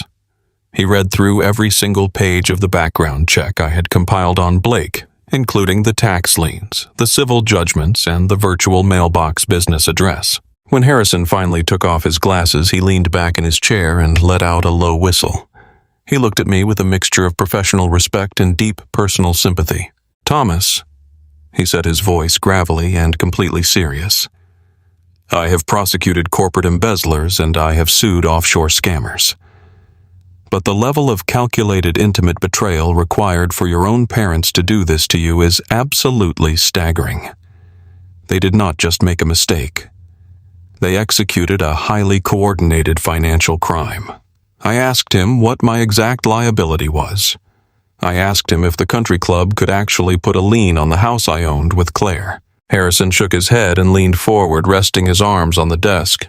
He told me that because I had hard proof of my whereabouts on the day the digital contract was signed, and because the IP address on the signature legally traced directly back to my parents' residential internet network, I had a bulletproof defense. He stated clearly that I was not legally liable for a single penny of the $82,000. But then his expression darkened. He told me that simply walking away was not going to be that easy. He explained that if I picked up the phone right now and told the country club that the contract was fraudulent, the venue would immediately cancel the wedding. They would refund whatever small deposits my parents had managed to scrape together, and they would close the account to avoid the legal headache. If we cancel the contract today, Harrison explained, your parents and Blake will panic. They will claim it was all a big misunderstanding. Your mother will say she thought she had your verbal permission. Blake will pack his bags and vanish into the wind to avoid his tax liens. They will hire a defense attorney and tie this up in family court, claiming it is just a civil dispute between an angry brother and a stressed family. The criminal intent will be incredibly hard to prove if the country club does not actually suffer a massive financial loss. They will get away with it, Thomas. They will walk away completely unpunished, and they will spend the rest of their lives telling everyone you ruined your sister's wedding out of pure jealousy. I gripped the arms of my chair. The thought of Susan and Robert playing the victims after trying to bankrupt me made my blood boil. I thought about Lily crying over her smashed birthday cake. I looked at Harrison and told him that was absolutely not an option. I told him I did not want them to get away with a slap on the wrist. I wanted them to face the absolute maximum consequences of their actions. I wanted the law to hit them so hard they would never be able to threaten my family again. Harrison smiled a very cold, calculating smile. He picked up his desk phone and pressed a button. He asked his secretary to get Detective Miller from the Financial Crimes Division on the line. An hour later, a plainclothes detective walked into the office. Detective Miller was a tall, broad-shouldered man who looked like he had zero patience for nonsense. Harrison handed him the entire file. The detective spent 10 minutes reviewing the forged signature, the IP address log, and the extensive background report I had pulled on Blake. When Detective Miller finally spoke, his voice was completely clinical. He pointed at the paper detailing Blake's federal tax liens. "This guy is a classic grifter," Miller said, tapping his pen against the desk. "He targets families who are desperate for social status. Your parents were the perfect marks. They wanted to show off for their country club friends so badly that they completely ignored the giant red flags waving right in front of their faces. Blake convinced them that using your credit score was just a smart business move. But you are absolutely right about his endgame, Thomas. Guys like this do not plan on paying the final bill. They plan on throwing a massive, flashy event, collecting tens of thousands of dollars in cash gifts from the wealthy guests, and then disappearing before the final invoice is due. He was going to use your parents to steal your identity, and then he was going to use your identity to steal the guest money. He would have left you holding an $82,000 bag while he paid off his federal tax debts and skipped town. I felt a cold sweat break out on the back of my neck. Hearing a seasoned financial crimes detective confirm my exact theory made the nightmare completely real.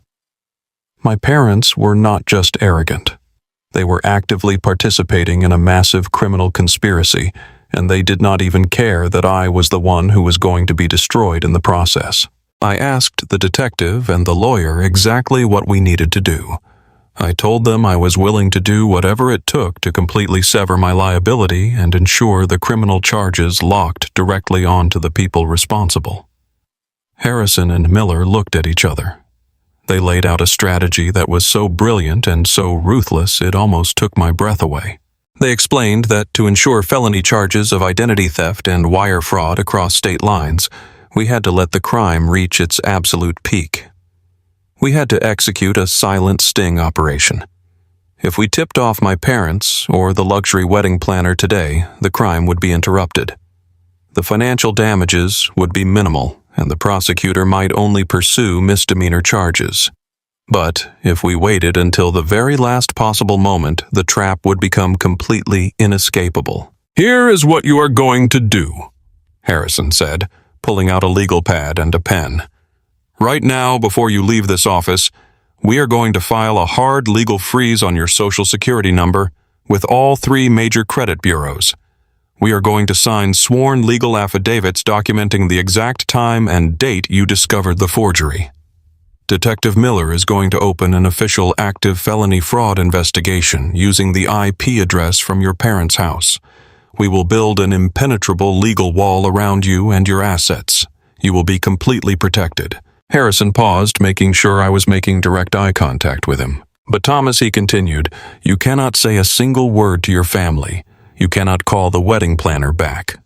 You have to let them believe they won. You have to let them continue planning this massive event. You have to let the country club order the imported food, hire the band, and construct the floral arrangements. The venue requires the final $40,000 payment to be processed exactly 48 hours before the wedding ceremony. When they try to run that final massive charge against your frozen credit profile, it is going to bounce. Hard." Detective Miller leaned forward, crossing his arms over his chest. "When that final payment bounces, the venue will immediately flag the account for severe fraud," he explained. "Because we already have the sworn affidavits and the active police report on file, the luxury event company will not be able to come after you. Their corporate lawyers will instantly redirect the entire $82,000 financial liability directly onto the individuals who initiated the contract and the IP address where the signature was forged. Your parents." The strategy was devastating. It meant I had to play a psychological game of chess with people I absolutely despised. It meant I had to look my mother in the eye and pretend she had beaten me. It meant I had to watch my sister brag about her exclusive country club wedding, knowing that she was marching directly toward a cliff. I sat back in the leather chair, letting the magnitude of the plan settle into my bones.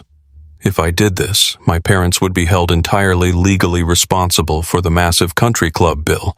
Because they had no liquid assets, they would be forced to liquidate their retirement accounts or sell their home just to avoid going to federal prison for wire fraud. Blake would be arrested for his outstanding warrants and his role in the identity theft. Jessica would be publicly humiliated in front of 300 high society guests on the very day she thought she was going to be crowned a queen. I thought about my wife Claire working extra weekend shifts just to afford a birthday cake for our daughter. I thought about my father telling Lily to go away because she was interrupting a conversation with a con artist.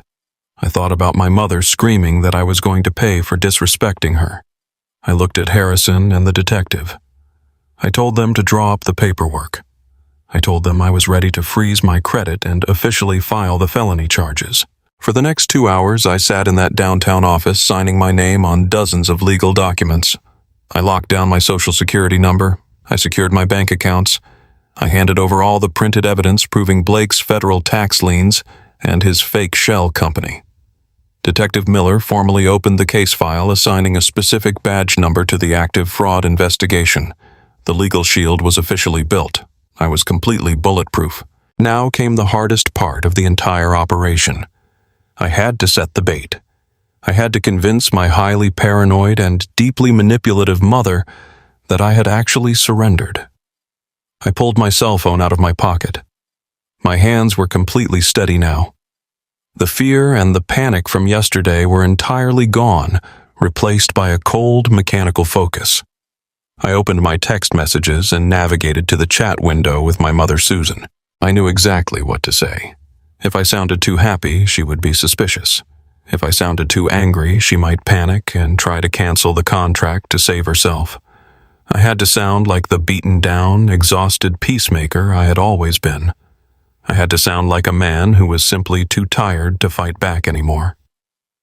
I typed out 3 short sentences. Fine. Just make sure the monthly payments are made on time. Do not talk to me again. I hit send. I sat there in the quiet office watching the screen. I watched the little delivery notification pop up. I waited. The seconds felt like hours. I wondered if she would feel a sudden pang of guilt. I wondered if she would realize the massive line she had crossed and call me to apologize. I wondered if a mother could actually look at a text message from her son knowing she had stolen his identity and feel any remorse at all.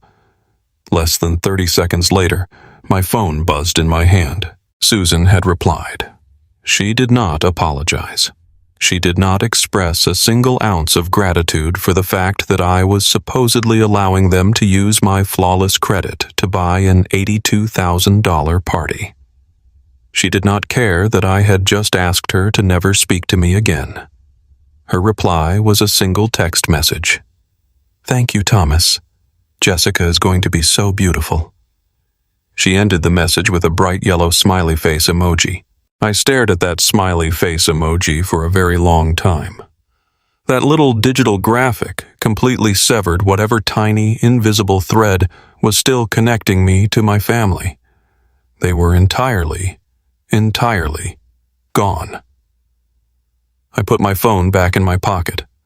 I stood up and shook hands with David Harrison and Detective Miller. I thanked them for their time and their strategy. I walked out of the high-rise building and drove back to my quiet suburban house. When I walked through the front door, Claire was sitting on the living room floor playing a board game with Lily. Lily looked up at me and smiled, her eyes bright and happy. The broken unicorn cake and the tears from the birthday party were already starting to fade from her memory. I knelt down on the carpet and wrapped my arms around both of them, holding them incredibly tight. Claire looked at me over Lily's shoulder, raising her eyebrows in a silent question. I gave her a very slow, deliberate nod. The trap was officially set. The legal freeze was in place. The police report was filed. My parents and Jessica had their $82,000 contract, and they honestly believed they had gotten away with the perfect crime. They had absolutely no idea that every single day they spent planning that luxury country club wedding, they were simply digging their own financial graves deeper and deeper, and I was going to let them dig all the way to the bottom. The drive to the rehearsal dinner felt like marching straight into enemy territory under a white flag of surrender. It was Thursday evening, exactly 2 days before the wedding ceremony. Claire sat in the passenger seat next to me, staring out the window at the passing city lights. We had spent the entire week living in a state of hypervigilance.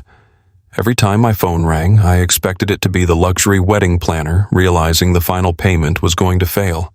Every time I checked my email, I expected an alert from the fraud department.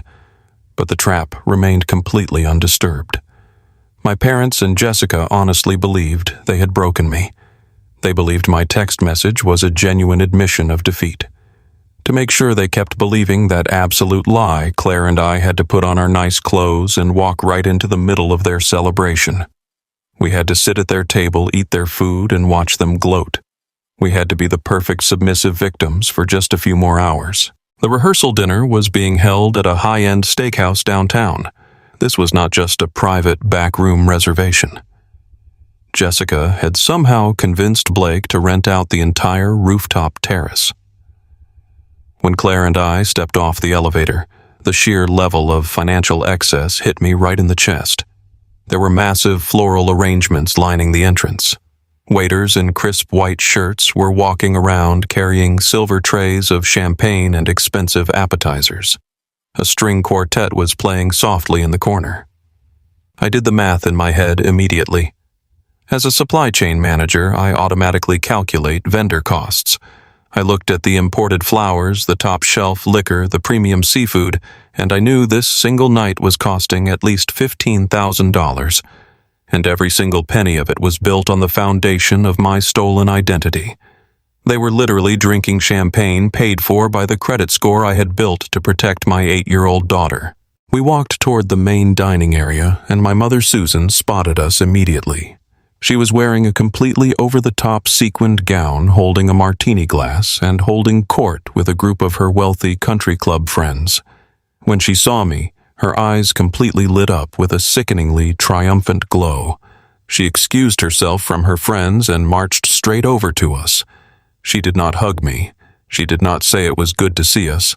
She just looked me up and down, taking in my standard gray suit, and smiled a tight, incredibly patronizing smile. "I am so glad you decided to do the right thing, Thomas," she said, her voice dripping with fake sweetness. "I told your father you would eventually come to your senses. It just takes you a little longer to understand how high-level family obligations work. Just look around at this beautiful evening. You should feel incredibly proud that you get to play a tiny part in making your sister's dreams come true." I looked at my mother. I looked at the absolute total lack of remorse on her face. She was not whispering. She wanted Claire to hear every single word.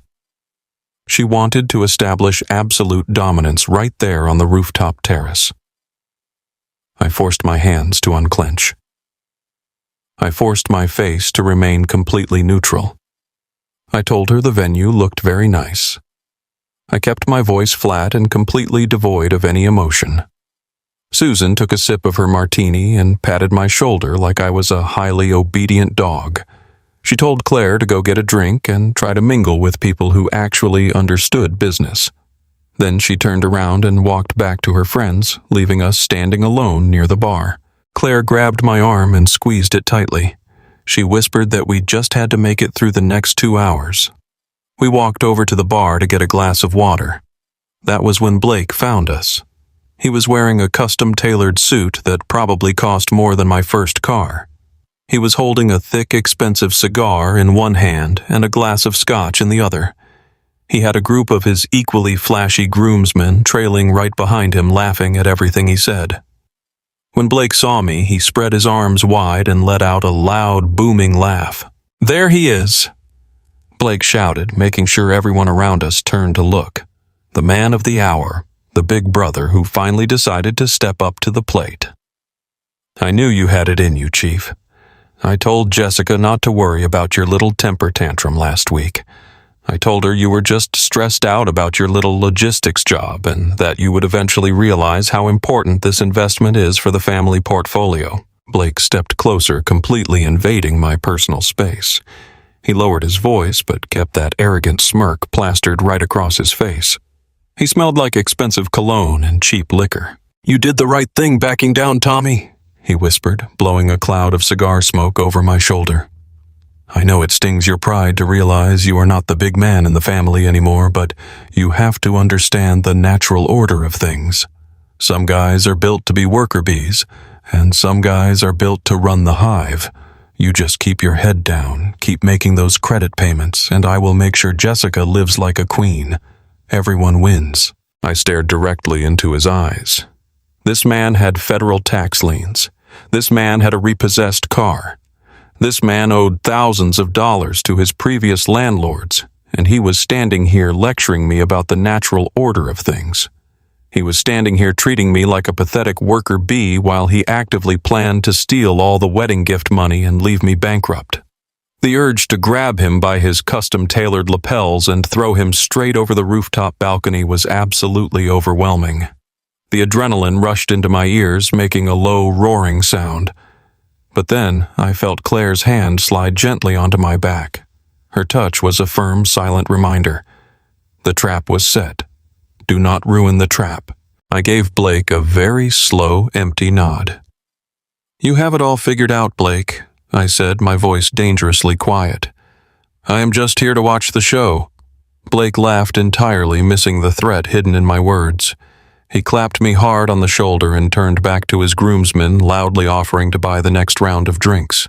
Eventually, the event coordinator ushered everyone to the main dining tables. Claire and I were placed at a table in the far back corner, right next to the kitchen doors. It was a blatant, deliberate insult designed to remind us exactly where we stood in the family hierarchy. We were seated with distant cousins who barely spoke to us and a few of Blake's loud, obnoxious friends. The center table, the absolute focal point of the room, was reserved for my parents, Jessica and Blake. They were surrounded by towering white floral centerpieces and crystal candle holders. Dinner was served.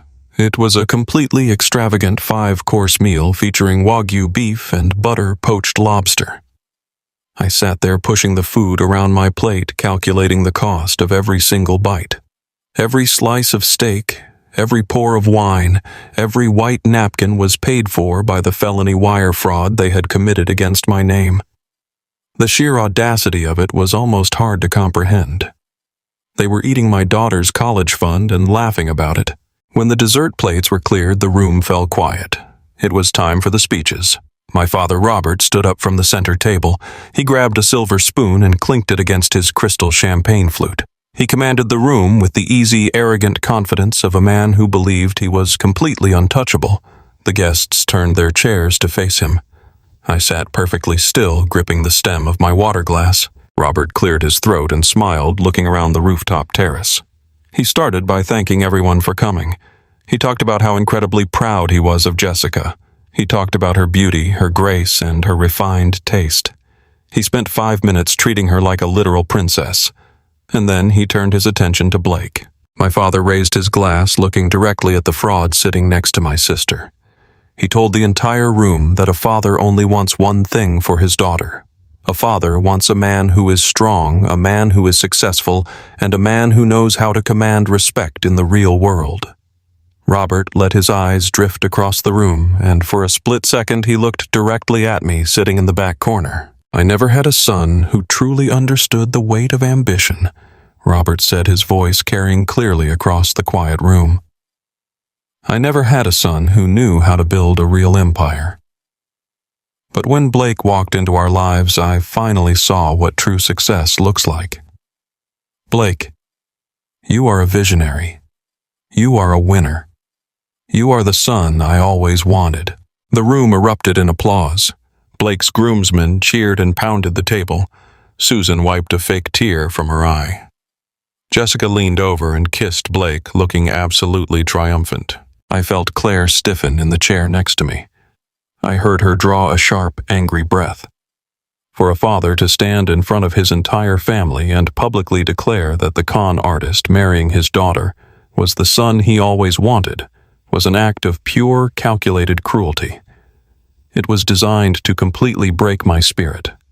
It was designed to publicly humiliate me and put me in my place once and for all. If this had happened 5 years ago, it would have crushed me. It would have sent me into a deep spiral of depression and self-doubt. But sitting there in that moment, I did not feel a single ounce of pain. I did not feel rejected. I just felt an incredible freezing cold clarity. My father was a complete fool.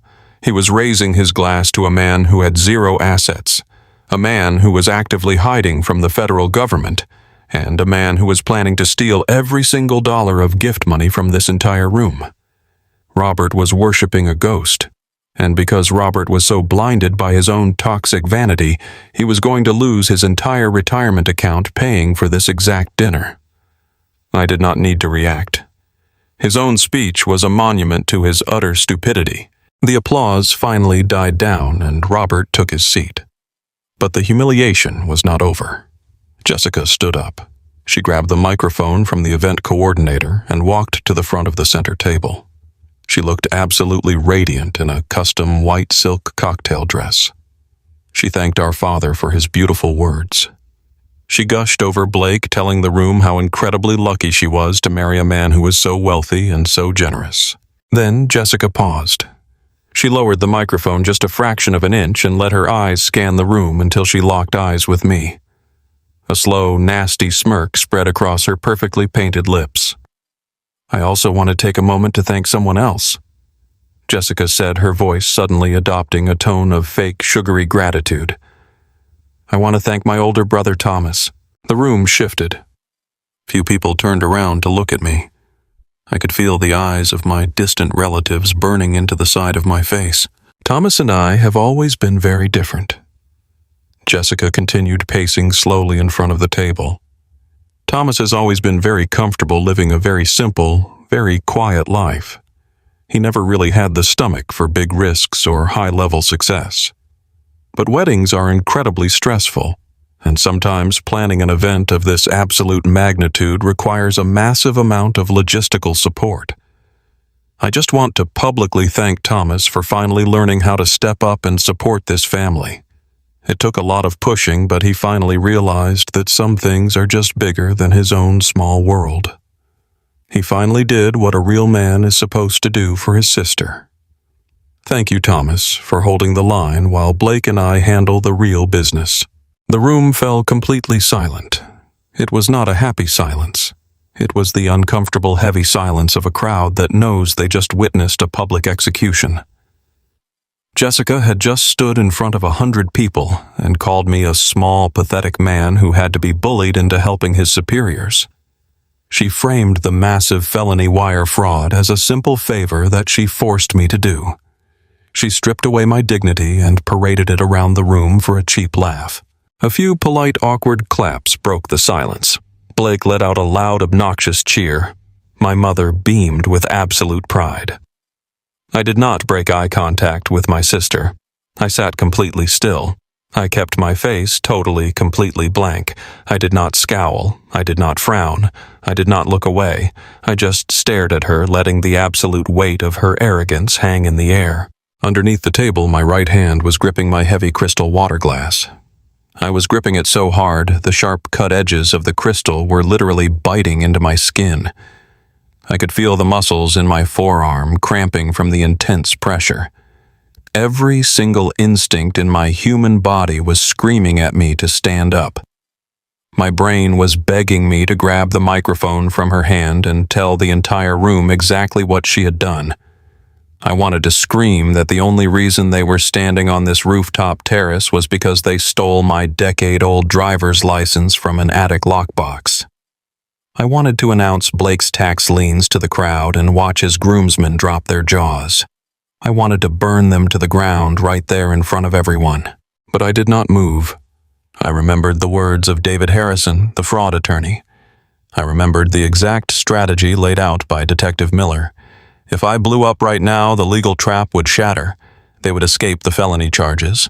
They would spin the narrative and make me look like a jealous lunatic who ruined a rehearsal dinner. The true devastation required absolute patience. I had to let them finish digging the grave. I slowly released my grip on the crystal glass. I reached under the table and found Claire's hand. She threaded her fingers through mine, locking our hands tightly together.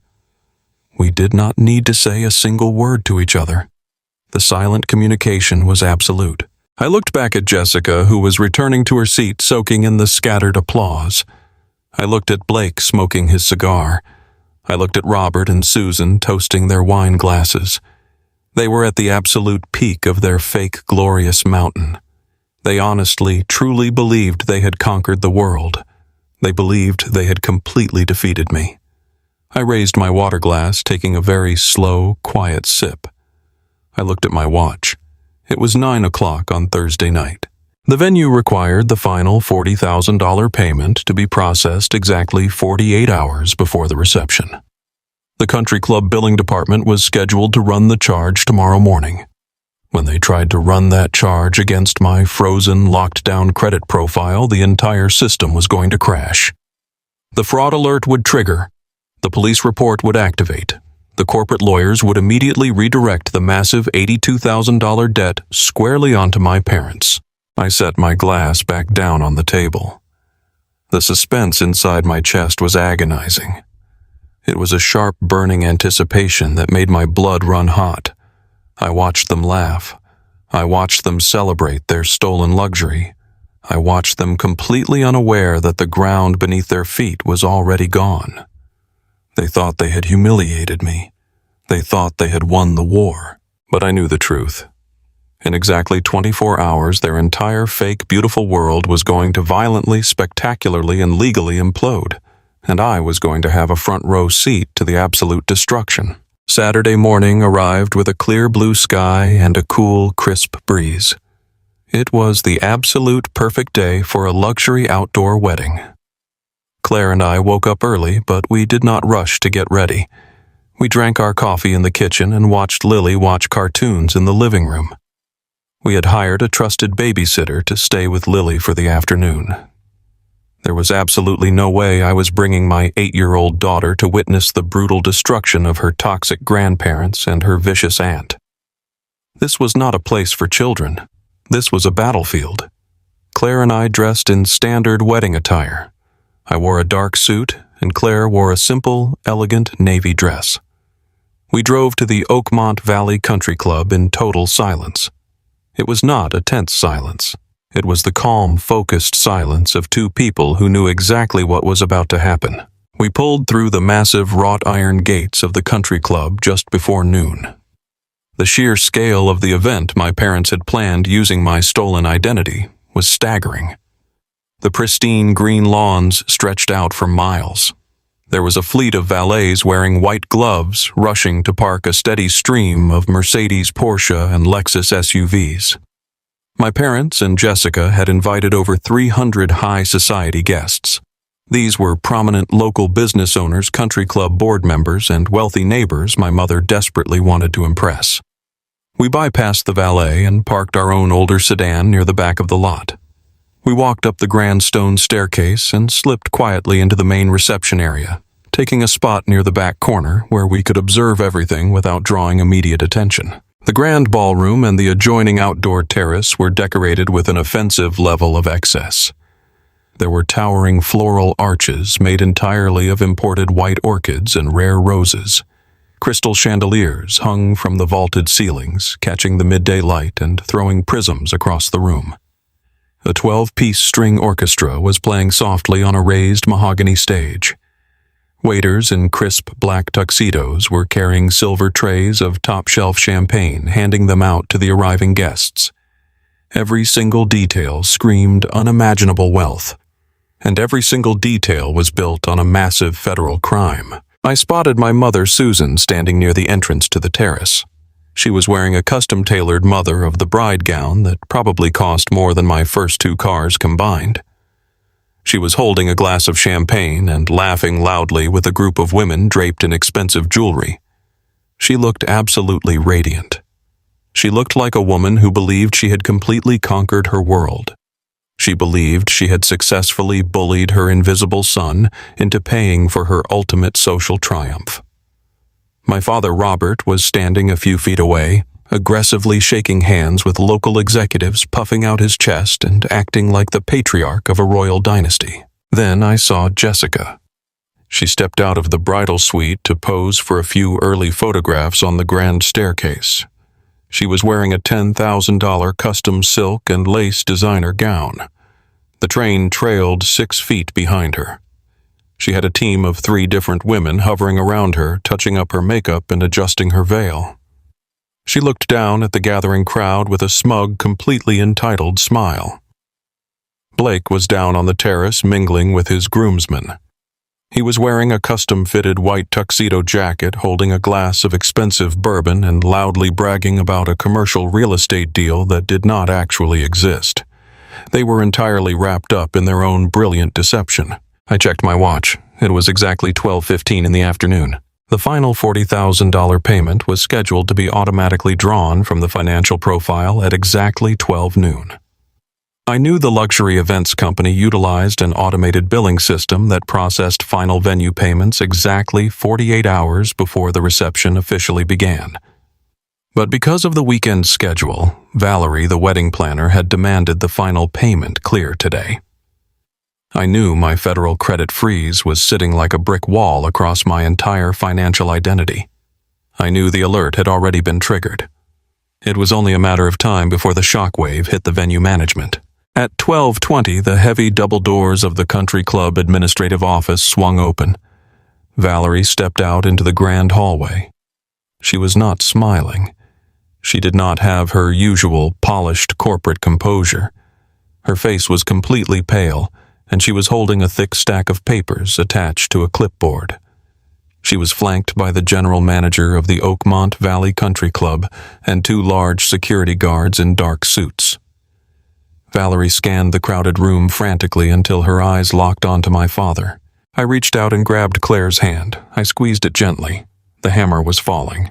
Valerie marched straight through the crowd of wealthy guests, ignoring their polite smiles. She walked directly up to Robert and tapped him hard on the shoulder. Robert turned around holding his champagne glass, looking slightly annoyed at the interruption. Valerie did not ask him to step into a private room. She did not lower her voice to protect his fragile ego. The panic of a massive bounced payment had completely stripped away her customer service manners. "Mr. Vance," Valerie said, her voice sharp and carrying over the soft music of the string orchestra. "We have a massive problem. The final $40,000 charge just declined. The entire account has been locked." Robert blinked, staring at her as if she had just spoken in a different language. He let out a condescending chuckle and waved his free hand. "That is impossible, Valerie," he said loudly, making sure the executive standing near him could hear. "It must be a simple daily limit on the card or a glitch in your little computer system. Run it again. There is plenty of capital in that account." "It is not a glitch," Valerie fired back, stepping closer to him. The automated clearinghouse completely rejected the transaction. The credit bureaus have flagged the entire financial guarantor profile for severe identity theft and felony fraud. Furthermore, my legal department just received a formal cease and desist order from the actual Thomas Vance, explicitly voiding this contract and confirming he never authorized a single signature on this paperwork. The executive standing next to Robert immediately went silent. The wealthy women talking to Susan stopped laughing. The word fraud hung in the air like a sudden crack of thunder. Robert physically stumbled backward, taking a very shaky breath. His face lost all of its arrogant color, turning an ashen, sickening gray. He looked around the room, his eyes darting frantically, looking for a way out. He stammered, trying to lower his voice, trying to grab Valerie's arm to pull her away from the listening guests. "Valerie, what are you talking about?" he hissed. "Thomas authorized this. Thomas is my son. There must be a mistake. Just let the ceremony proceed and I will have my bank wire you the funds on Monday morning. I give you my word as a gentleman." Valerie's expression turned absolutely furious. "Your word means absolutely nothing to this country club." She snapped loud enough for half the terrace to hear. "You signed a fraudulent master agreement using a stolen social security number. You exposed this venue to a massive liability. This event is completely unfunded and legally void. If you want this wedding to proceed, you need to hand me a certified cashier's check for the full $82,000 master balance right this second." Robert opened his mouth, but absolutely no sound came out. He did not have $82,000. He did not even have $10,000. He had remortgaged his house and drained his savings just to keep up appearances for his country club friends. He was completely, totally broke. Susan realized what was happening and rushed over her heavy sequined dress, rustling violently. She grabbed Robert's arm, demanding to know why the wedding planner was yelling at them. When Robert could not produce a check, the general manager of the country club stepped forward. He gave Valerie a sharp, definitive nod. Valerie turned around and raised her hand, signaling her entire event staff. "Shut it down," Valerie ordered, her voice echoing off the vaulted ceilings. "The contract is void. Pack up the catering, pull down the floral arrangements, clear the ballroom immediately." What followed was the most spectacular, beautiful chaos I have ever witnessed in my entire life. It was a flawless execution of absolute poetic justice. The luxury event staff moved with brutal military precision. The 12-piece string orchestra abruptly stopped playing right in the middle of a classical symphony, packing their expensive instruments into velvet-lined cases. The waiters in the crisp black tuxedos immediately began pulling the silver trays of champagne right out of the hands of the confused guests. Dozens of catering staff rushed out from the kitchen, pushing massive metal utility carts. They began violently clearing the tables, removing the crystal glassware, the gold-plated silverware, and the custom silk napkins. The florists arrived next, equipped with heavy-duty shears and trash bags. They began physically tearing down the massive imported white orchid arches. The beautiful, delicate flowers were unceremoniously stuffed into black garbage bags right in front of the horrified high society guests. The absolute illusion of wealth and status that my parents had dedicated their entire lives to maintaining was being physically dismantled piece by piece in real time. The guests began whispering frantically among themselves. Some of them pulled out their cell phones and started recording the disaster. The wealthy neighbors my mother so desperately wanted to impress were now staring at her with expressions of absolute pity and disgust. Jessica, who was still standing on the grand staircase, suddenly realized what was happening. She looked down at the caterers stripping the tables and the florists destroying her perfect photo backdrops. Her brain simply could not process the destruction of her ultimate vanity project. She let out an ear-piercing, high-pitched scream that completely silenced the entire room. She hiked up her $10,000 designer dress and sprinted down the stone staircase, nearly tripping over her massive train. She ran straight up to Valerie, her face twisted into a mask of pure, unadulterated rage. "What are you doing?" Jessica shrieked, waving her manicured hands wildly in the air. "Put those flowers back! Put the champagne back! This is my wedding! You cannot do this to me! I am the bride!" Valerie did not even flinch. She looked at Jessica with absolute cold corporate disdain. "You are not a bride today, sweetheart," Valerie said, her voice dripping with ice. "You are a trespasser. Your father and your fiancé committed felony wire fraud to steal this venue. You have exactly 10 minutes to gather your things and vacate this property before I have security physically remove you." Jessica fell to her knees right there on the polished marble floor. Her pristine silk dress pooled around her, absorbing a puddle of spilled champagne. She began sobbing uncontrollably, slamming her fists against the ground, throwing the exact kind of violent tantrum she had thrown her entire life to get what she wanted. But for the very first time in 28 years, her tears did absolutely nothing. No one rushed to comfort her. No one offered to buy her a new toy. The caterers just completely ignored her, wheeling a massive cart of untouched butter poached lobster right past her weeping face. Blake, realizing his massive payday of stolen cash gifts was completely evaporating, tried to play his final card. He strutted over, adjusting his custom tuxedo jacket, putting on his best smooth-talking real estate investor voice. He held his hands up, trying to calm the general manager down. "Listen, guys," Blake said, flashing a bright, confident smile. "Let us not lose our heads here. I am closing a 7-figure deal next week. I will personally guarantee this entire contract. You know my reputation. Just leave the food, leave the bar, and I will bring you a literal briefcase of cash on Monday. We are all businessmen here, right? Let us make a deal." The general manager looked at Blake like he was a piece of trash stuck to his shoe. "You do not have a reputation, sir," the manager said, his voice projecting clearly.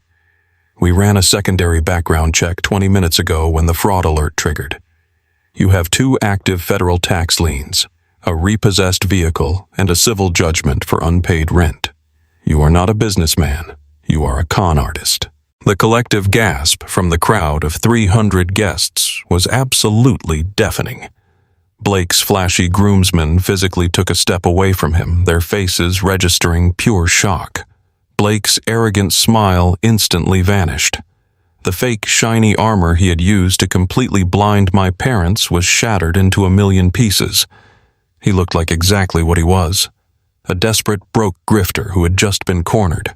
Blake spun around, looking for the nearest exit. He took 2 fast steps toward the terrace doors, clearly intending to abandon Jessica in her ruined dress and run for his leased BMW. But he never made it to the door. The wail of police sirens cut through the quiet afternoon air.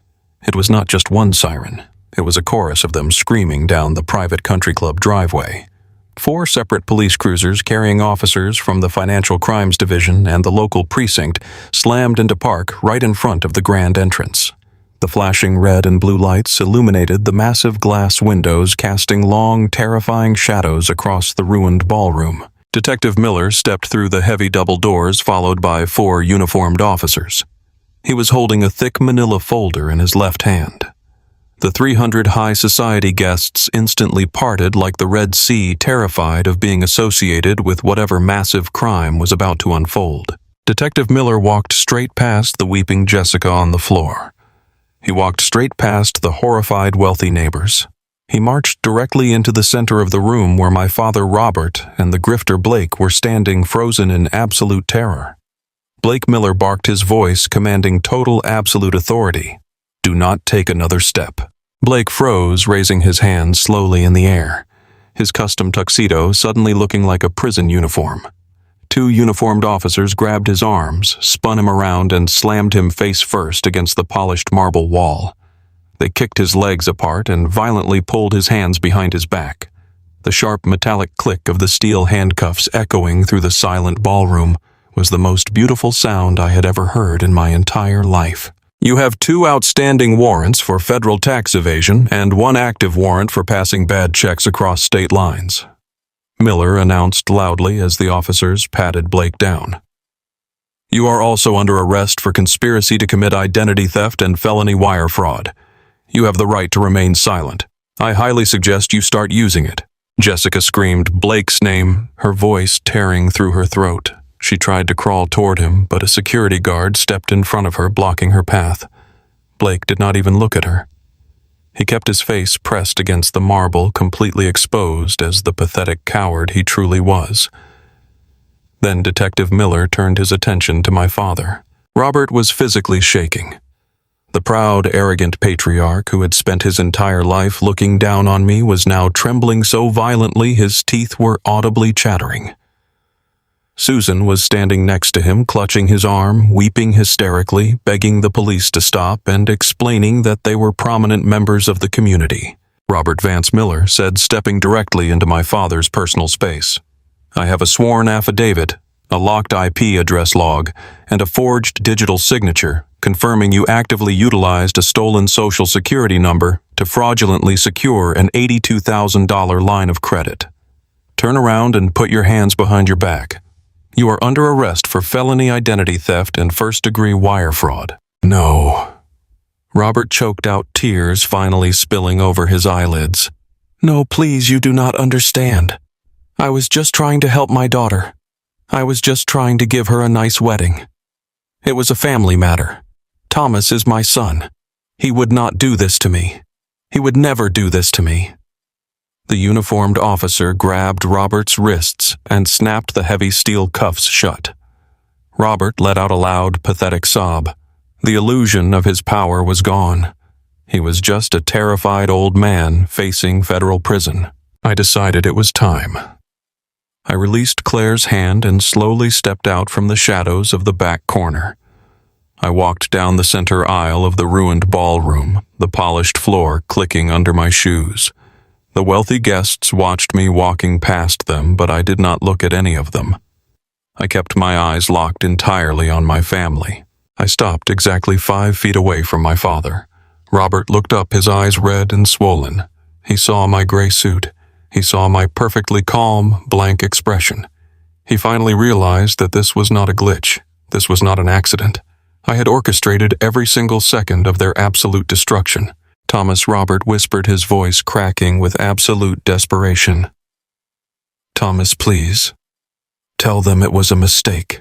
Tell them you gave us permission. They are going to put me in jail. They are going to take the house. Please, Thomas. I am your father." I looked down at the man who had ignored me my entire life. I looked at the man who defended a con artist over his own flesh and blood. I looked at the man who swatted my 8-year-old daughter away like a fly on the day of her birthday. "I am not being dramatic, Robert," I said, my voice low, cold, and carrying perfectly across the silent room. "And I am not throwing a tantrum. You wanted to use my name to pay for your golden child's perfect day. This is the bill, and I am making sure you pay every single penny of it yourself." Susan let out a horrific wailing scream, cursing my name, calling me a monster and a devil. Jessica pounded her fists against the marble floor, sobbing so hard she could barely breathe. But I did not care. Their tears meant absolutely nothing to me. Detective Miller gave me a short, respectful nod. He grabbed Robert by the arm and marched him toward the exit. The officers hauled Blake away right behind him. The flashing red and blue lights of the squad cars washed over the ruined floral arrangements and the abandoned champagne glasses. I turned around and walked back to Claire. She slid her arm through mine, resting her head gently against my shoulder. We walked out of the Oakmont Valley Country Club, leaving the screaming narcissists behind us, completely buried in the absolute ruins of their own terrifying arrogance. The war was officially over, and we had won everything. The days following the absolute collapse of the Oakmont Valley Country Club wedding were a masterclass in total social and financial destruction. Jessica did not get her perfect luxury day.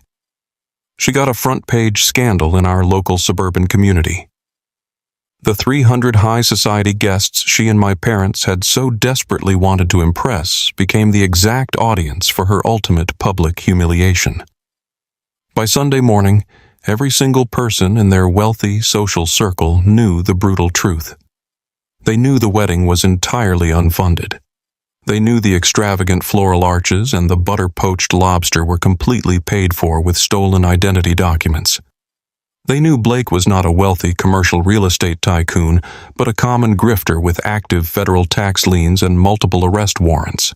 Blake sat in a county holding cell, facing multiple felony charges, and Jessica was left sitting in her childhood bedroom wearing a ruined $10,000 silk dress she could not even pay to have dry cleaned. Jessica tried to control the narrative. She tried to post a tearful video on her social media pages claiming she was the innocent victim of a massive misunderstanding. She tried to say a jealous family member had framed her fiancé. But the internet is absolutely ruthless, and the truth always surfaces. The guests who had witnessed the caterers packing up the food and the florists trashing the orchids had already posted their own videos online. The local news had picked up the story of a groom arrested at his own country club wedding for passing bad checks and federal tax evasion. The comments section under Jessica's tearful explanation was a complete bloodbath. Her wealthy friends completely abandoned her. The women she had spent years trying to impress immediately blocked her number and removed her from their social groups. Her prestigious country club dreams evaporated overnight. She had spent her entire adult life stepping on other people to climb a social ladder that simply did not exist. Now she was completely alone at the absolute bottom. But the social humiliation was nothing compared to the brutal legal reality that came crashing down on my parents. David Harrison, my fraud attorney, and Detective Miller had built a legal wall around my identity that was absolutely impenetrable. Because I had filed the formal police reports and locked my credit profile before the final payment bounced, the luxury events company knew they had zero legal standing to sue me. Their corporate lawyers immediately shifted their crosshairs. They aimed the entire $82,000 master contract debt squarely at the IP address and the individuals who had initiated the digital forgery. My father, Robert, and my mother, Susan. The Financial Crimes Division did not offer my parents a quiet family settlement. They did not care about my parents' social standing or their pristine suburban reputation. The federal prosecutor offered Robert a stark, terrifying choice. He could face a highly publicized trial for felony identity theft and first-degree wire fraud, which carried a mandatory minimum federal prison sentence, or he could enter a formal plea agreement, accept full criminal liability for the fraud, and make immediate financial restitution to the country club. For 36 years, Robert had bullied me and treated me like I was incredibly weak. He had strutted around his home acting like an untouchable patriarch. But when faced with the actual threat of wearing an orange jumpsuit and sleeping on a metal cot in a federal penitentiary, his fake tough guy persona completely shattered. He took the plea deal. But making financial restitution meant he actually had to produce $82,000 in cash to pay the luxury events company. My parents had lived completely on credit their entire adult lives. They had remortgaged their home twice to fund Jessica's vanity projects and her failed startups. They had absolutely no liquid savings left in their bank accounts. To avoid going to federal prison, Robert was forced by the court to completely liquidate his retirement accounts. He had to cash out his entire pension, taking massive early withdrawal penalties that decimated the total value. He had to sell the 2 luxury vehicles they had leased to impress their country club friends. When the retirement money was not enough to cover the crippling legal fees and the massive debt they owed to the wedding vendors, they were forced to put their pristine suburban house on the market. They had to sell the home I grew up in at a massive loss just to keep Robert out of a jail cell. I heard from a distant cousin that the weeks leading up to the sale were a living nightmare for them. Jessica completely turned on my parents. She blamed them for ruining her life. She blamed them for trusting Blake. She packed her bags and moved out, leaving them to deal with the absolute wreckage of their financial lives entirely alone. They lost absolutely everything. They bankrupted their entire future simply because they were too arrogant to live within their means and too inherently evil to protect their own son. 6 months passed. The harsh winter thawed into a warm, beautiful spring, and our lives moved forward without the heavy, toxic anchor of my family weighing us down. It was a Saturday afternoon in late May. Claire and I were standing in our modest backyard surrounded by blooming flowers and green grass. Claire had spent the morning stringing up paper lanterns and setting out simple folding tables. It was Lily's 9th birthday party. We did not have a massive budget. We did not hire a 12-piece string orchestra or serve imported seafood. We had homemade pizzas, a cooler full of juice boxes, and a backyard filled with Lily's actual friends from her school. There were no country club executives to impress. There was no golden child sister demanding the spotlight and ruining the cake. There were no parents sitting in the corner judging our standard of living. It was just pure, uninterrupted joy. I watched Lily running through the yard, laughing wildly as she chased her friends through the grass.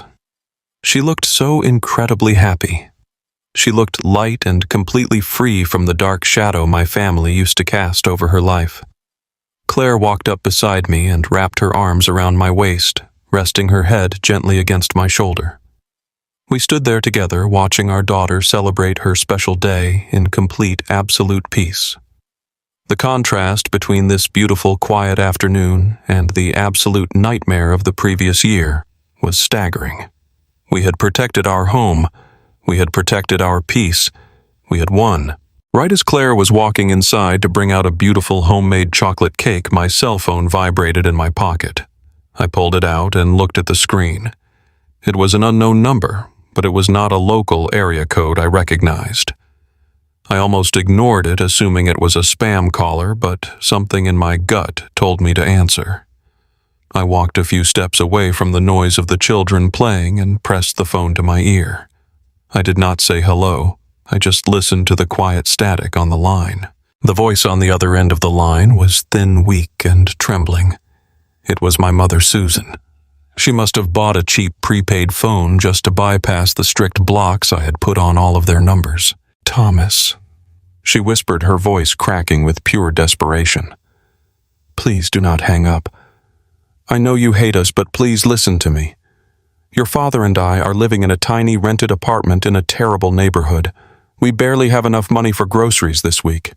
Robert cannot find a job because of his criminal record. Jessica moved to another state and completely refuses to speak to us because we cannot buy her nice things anymore. Thomas, we are family. We made a terrible, terrible mistake, but you have to help us. We have absolutely nothing left. Please, Thomas, you have to help your mother." I stood in my quiet backyard, listening to the woman who had happily tried to steal my identity to fund a fake luxury lifestyle. I looked over at the sunny patio where my beautiful wife was carefully placing 9 lit candles on a chocolate cake. I looked at my daughter smiling brightly, surrounded by people who genuinely loved and cared for her. I thought about the 36 years I spent trying to be a good son to people who only viewed me as a disposable utility. I thought about how my mother had stood in my driveway 1 year ago screaming that I was going to pay for disrespecting her. I thought about how she had sat at her expensive dining room table drinking wine and telling me it was my duty to finance an $82,000 lie. I did not yell at Susan. I did not curse at her. I did not even tell her how absolutely pathetic it was that she was begging the son she called a failure for grocery money. The anger and the burning resentment I used to carry for her were completely gone. I felt absolutely nothing for the woman on the other end of the phone. I spoke in a voice that was perfectly calm, perfectly flat, and completely detached from any emotional bond. "I hope you have a nice life, Susan," I said. Then I hit the end button. I opened the phone settings and permanently blocked the prepaid number, ensuring she could never reach me again. I put the phone back in my pocket and left the past exactly where it belonged. I walked back to the patio, wrapped my arm around Claire, and joined the crowd of parents singing happy birthday to my daughter. Lily closed her eyes, took a deep breath, and blew out every single candle on her cake. Nobody bumped into the table. Nobody clinked a glass to interrupt her moment. Nobody made her cry. She opened her eyes and the entire yard cheered. When I look back on everything that happened over the last year, I realize that sometimes the universe has to push you completely to the edge of total destruction before you finally open your eyes. For my entire life, I believed that family was an unbreakable bond. I believed that you had to tolerate the people who shared your blood no matter how badly they treated you. I believed that if I just worked hard enough, if I was just responsible enough, and if I stayed quiet enough, they would eventually see my value. But the brutal reality is that deeply toxic people do not value your character. They do not care about your hard work or your moral compass. They only value exactly what they can extract from you. My parents and my sister did not look at my 15 years of hard work and see a man to be proud of. They looked at my flawless credit score and saw a tool they could use to buy their way into a social circle they did not belong in. They were completely willing to sacrifice my home, my marriage, and my daughter's entire future just to maintain a fragile, pathetic illusion of wealth. I learned the hardest and most valuable lesson a man can ever learn. True wealth has absolutely nothing to do with $82,000 wedding contracts, imported white orchids, or leased luxury cars. True wealth is the absolute peace of mind that comes from cutting out the rot. True wealth is having a wife who holds your hand when the world catches on fire, and a daughter who smiles when she looks at you. You cannot heal toxic family members by giving them more of yourself. You cannot fix narcissists by absorbing their abuse, and you certainly cannot buy their love by sacrificing your own future. You can only heal yourself by walking away and letting them drown in the terrifying consequences of their own actions. My family tried to bury me under a massive mountain of fraud and humiliation, but they forgot one very important detail. They forgot that I was the one who built the financial foundation they were standing on. When I walked away and pulled that foundation out from under them, their entire house of cards collapsed and buried them instead. I am no longer the invisible son. I am a father who protected his family, and I will never apologize for letting the villains write their own tragic ending. If you have ever had to cut off toxic family members to protect your own peace, hit the like button and share this story. Let me know in the comments when you finally realized enough was enough. Do not forget to subscribe for more stories of surviving the people who were supposed to protect you.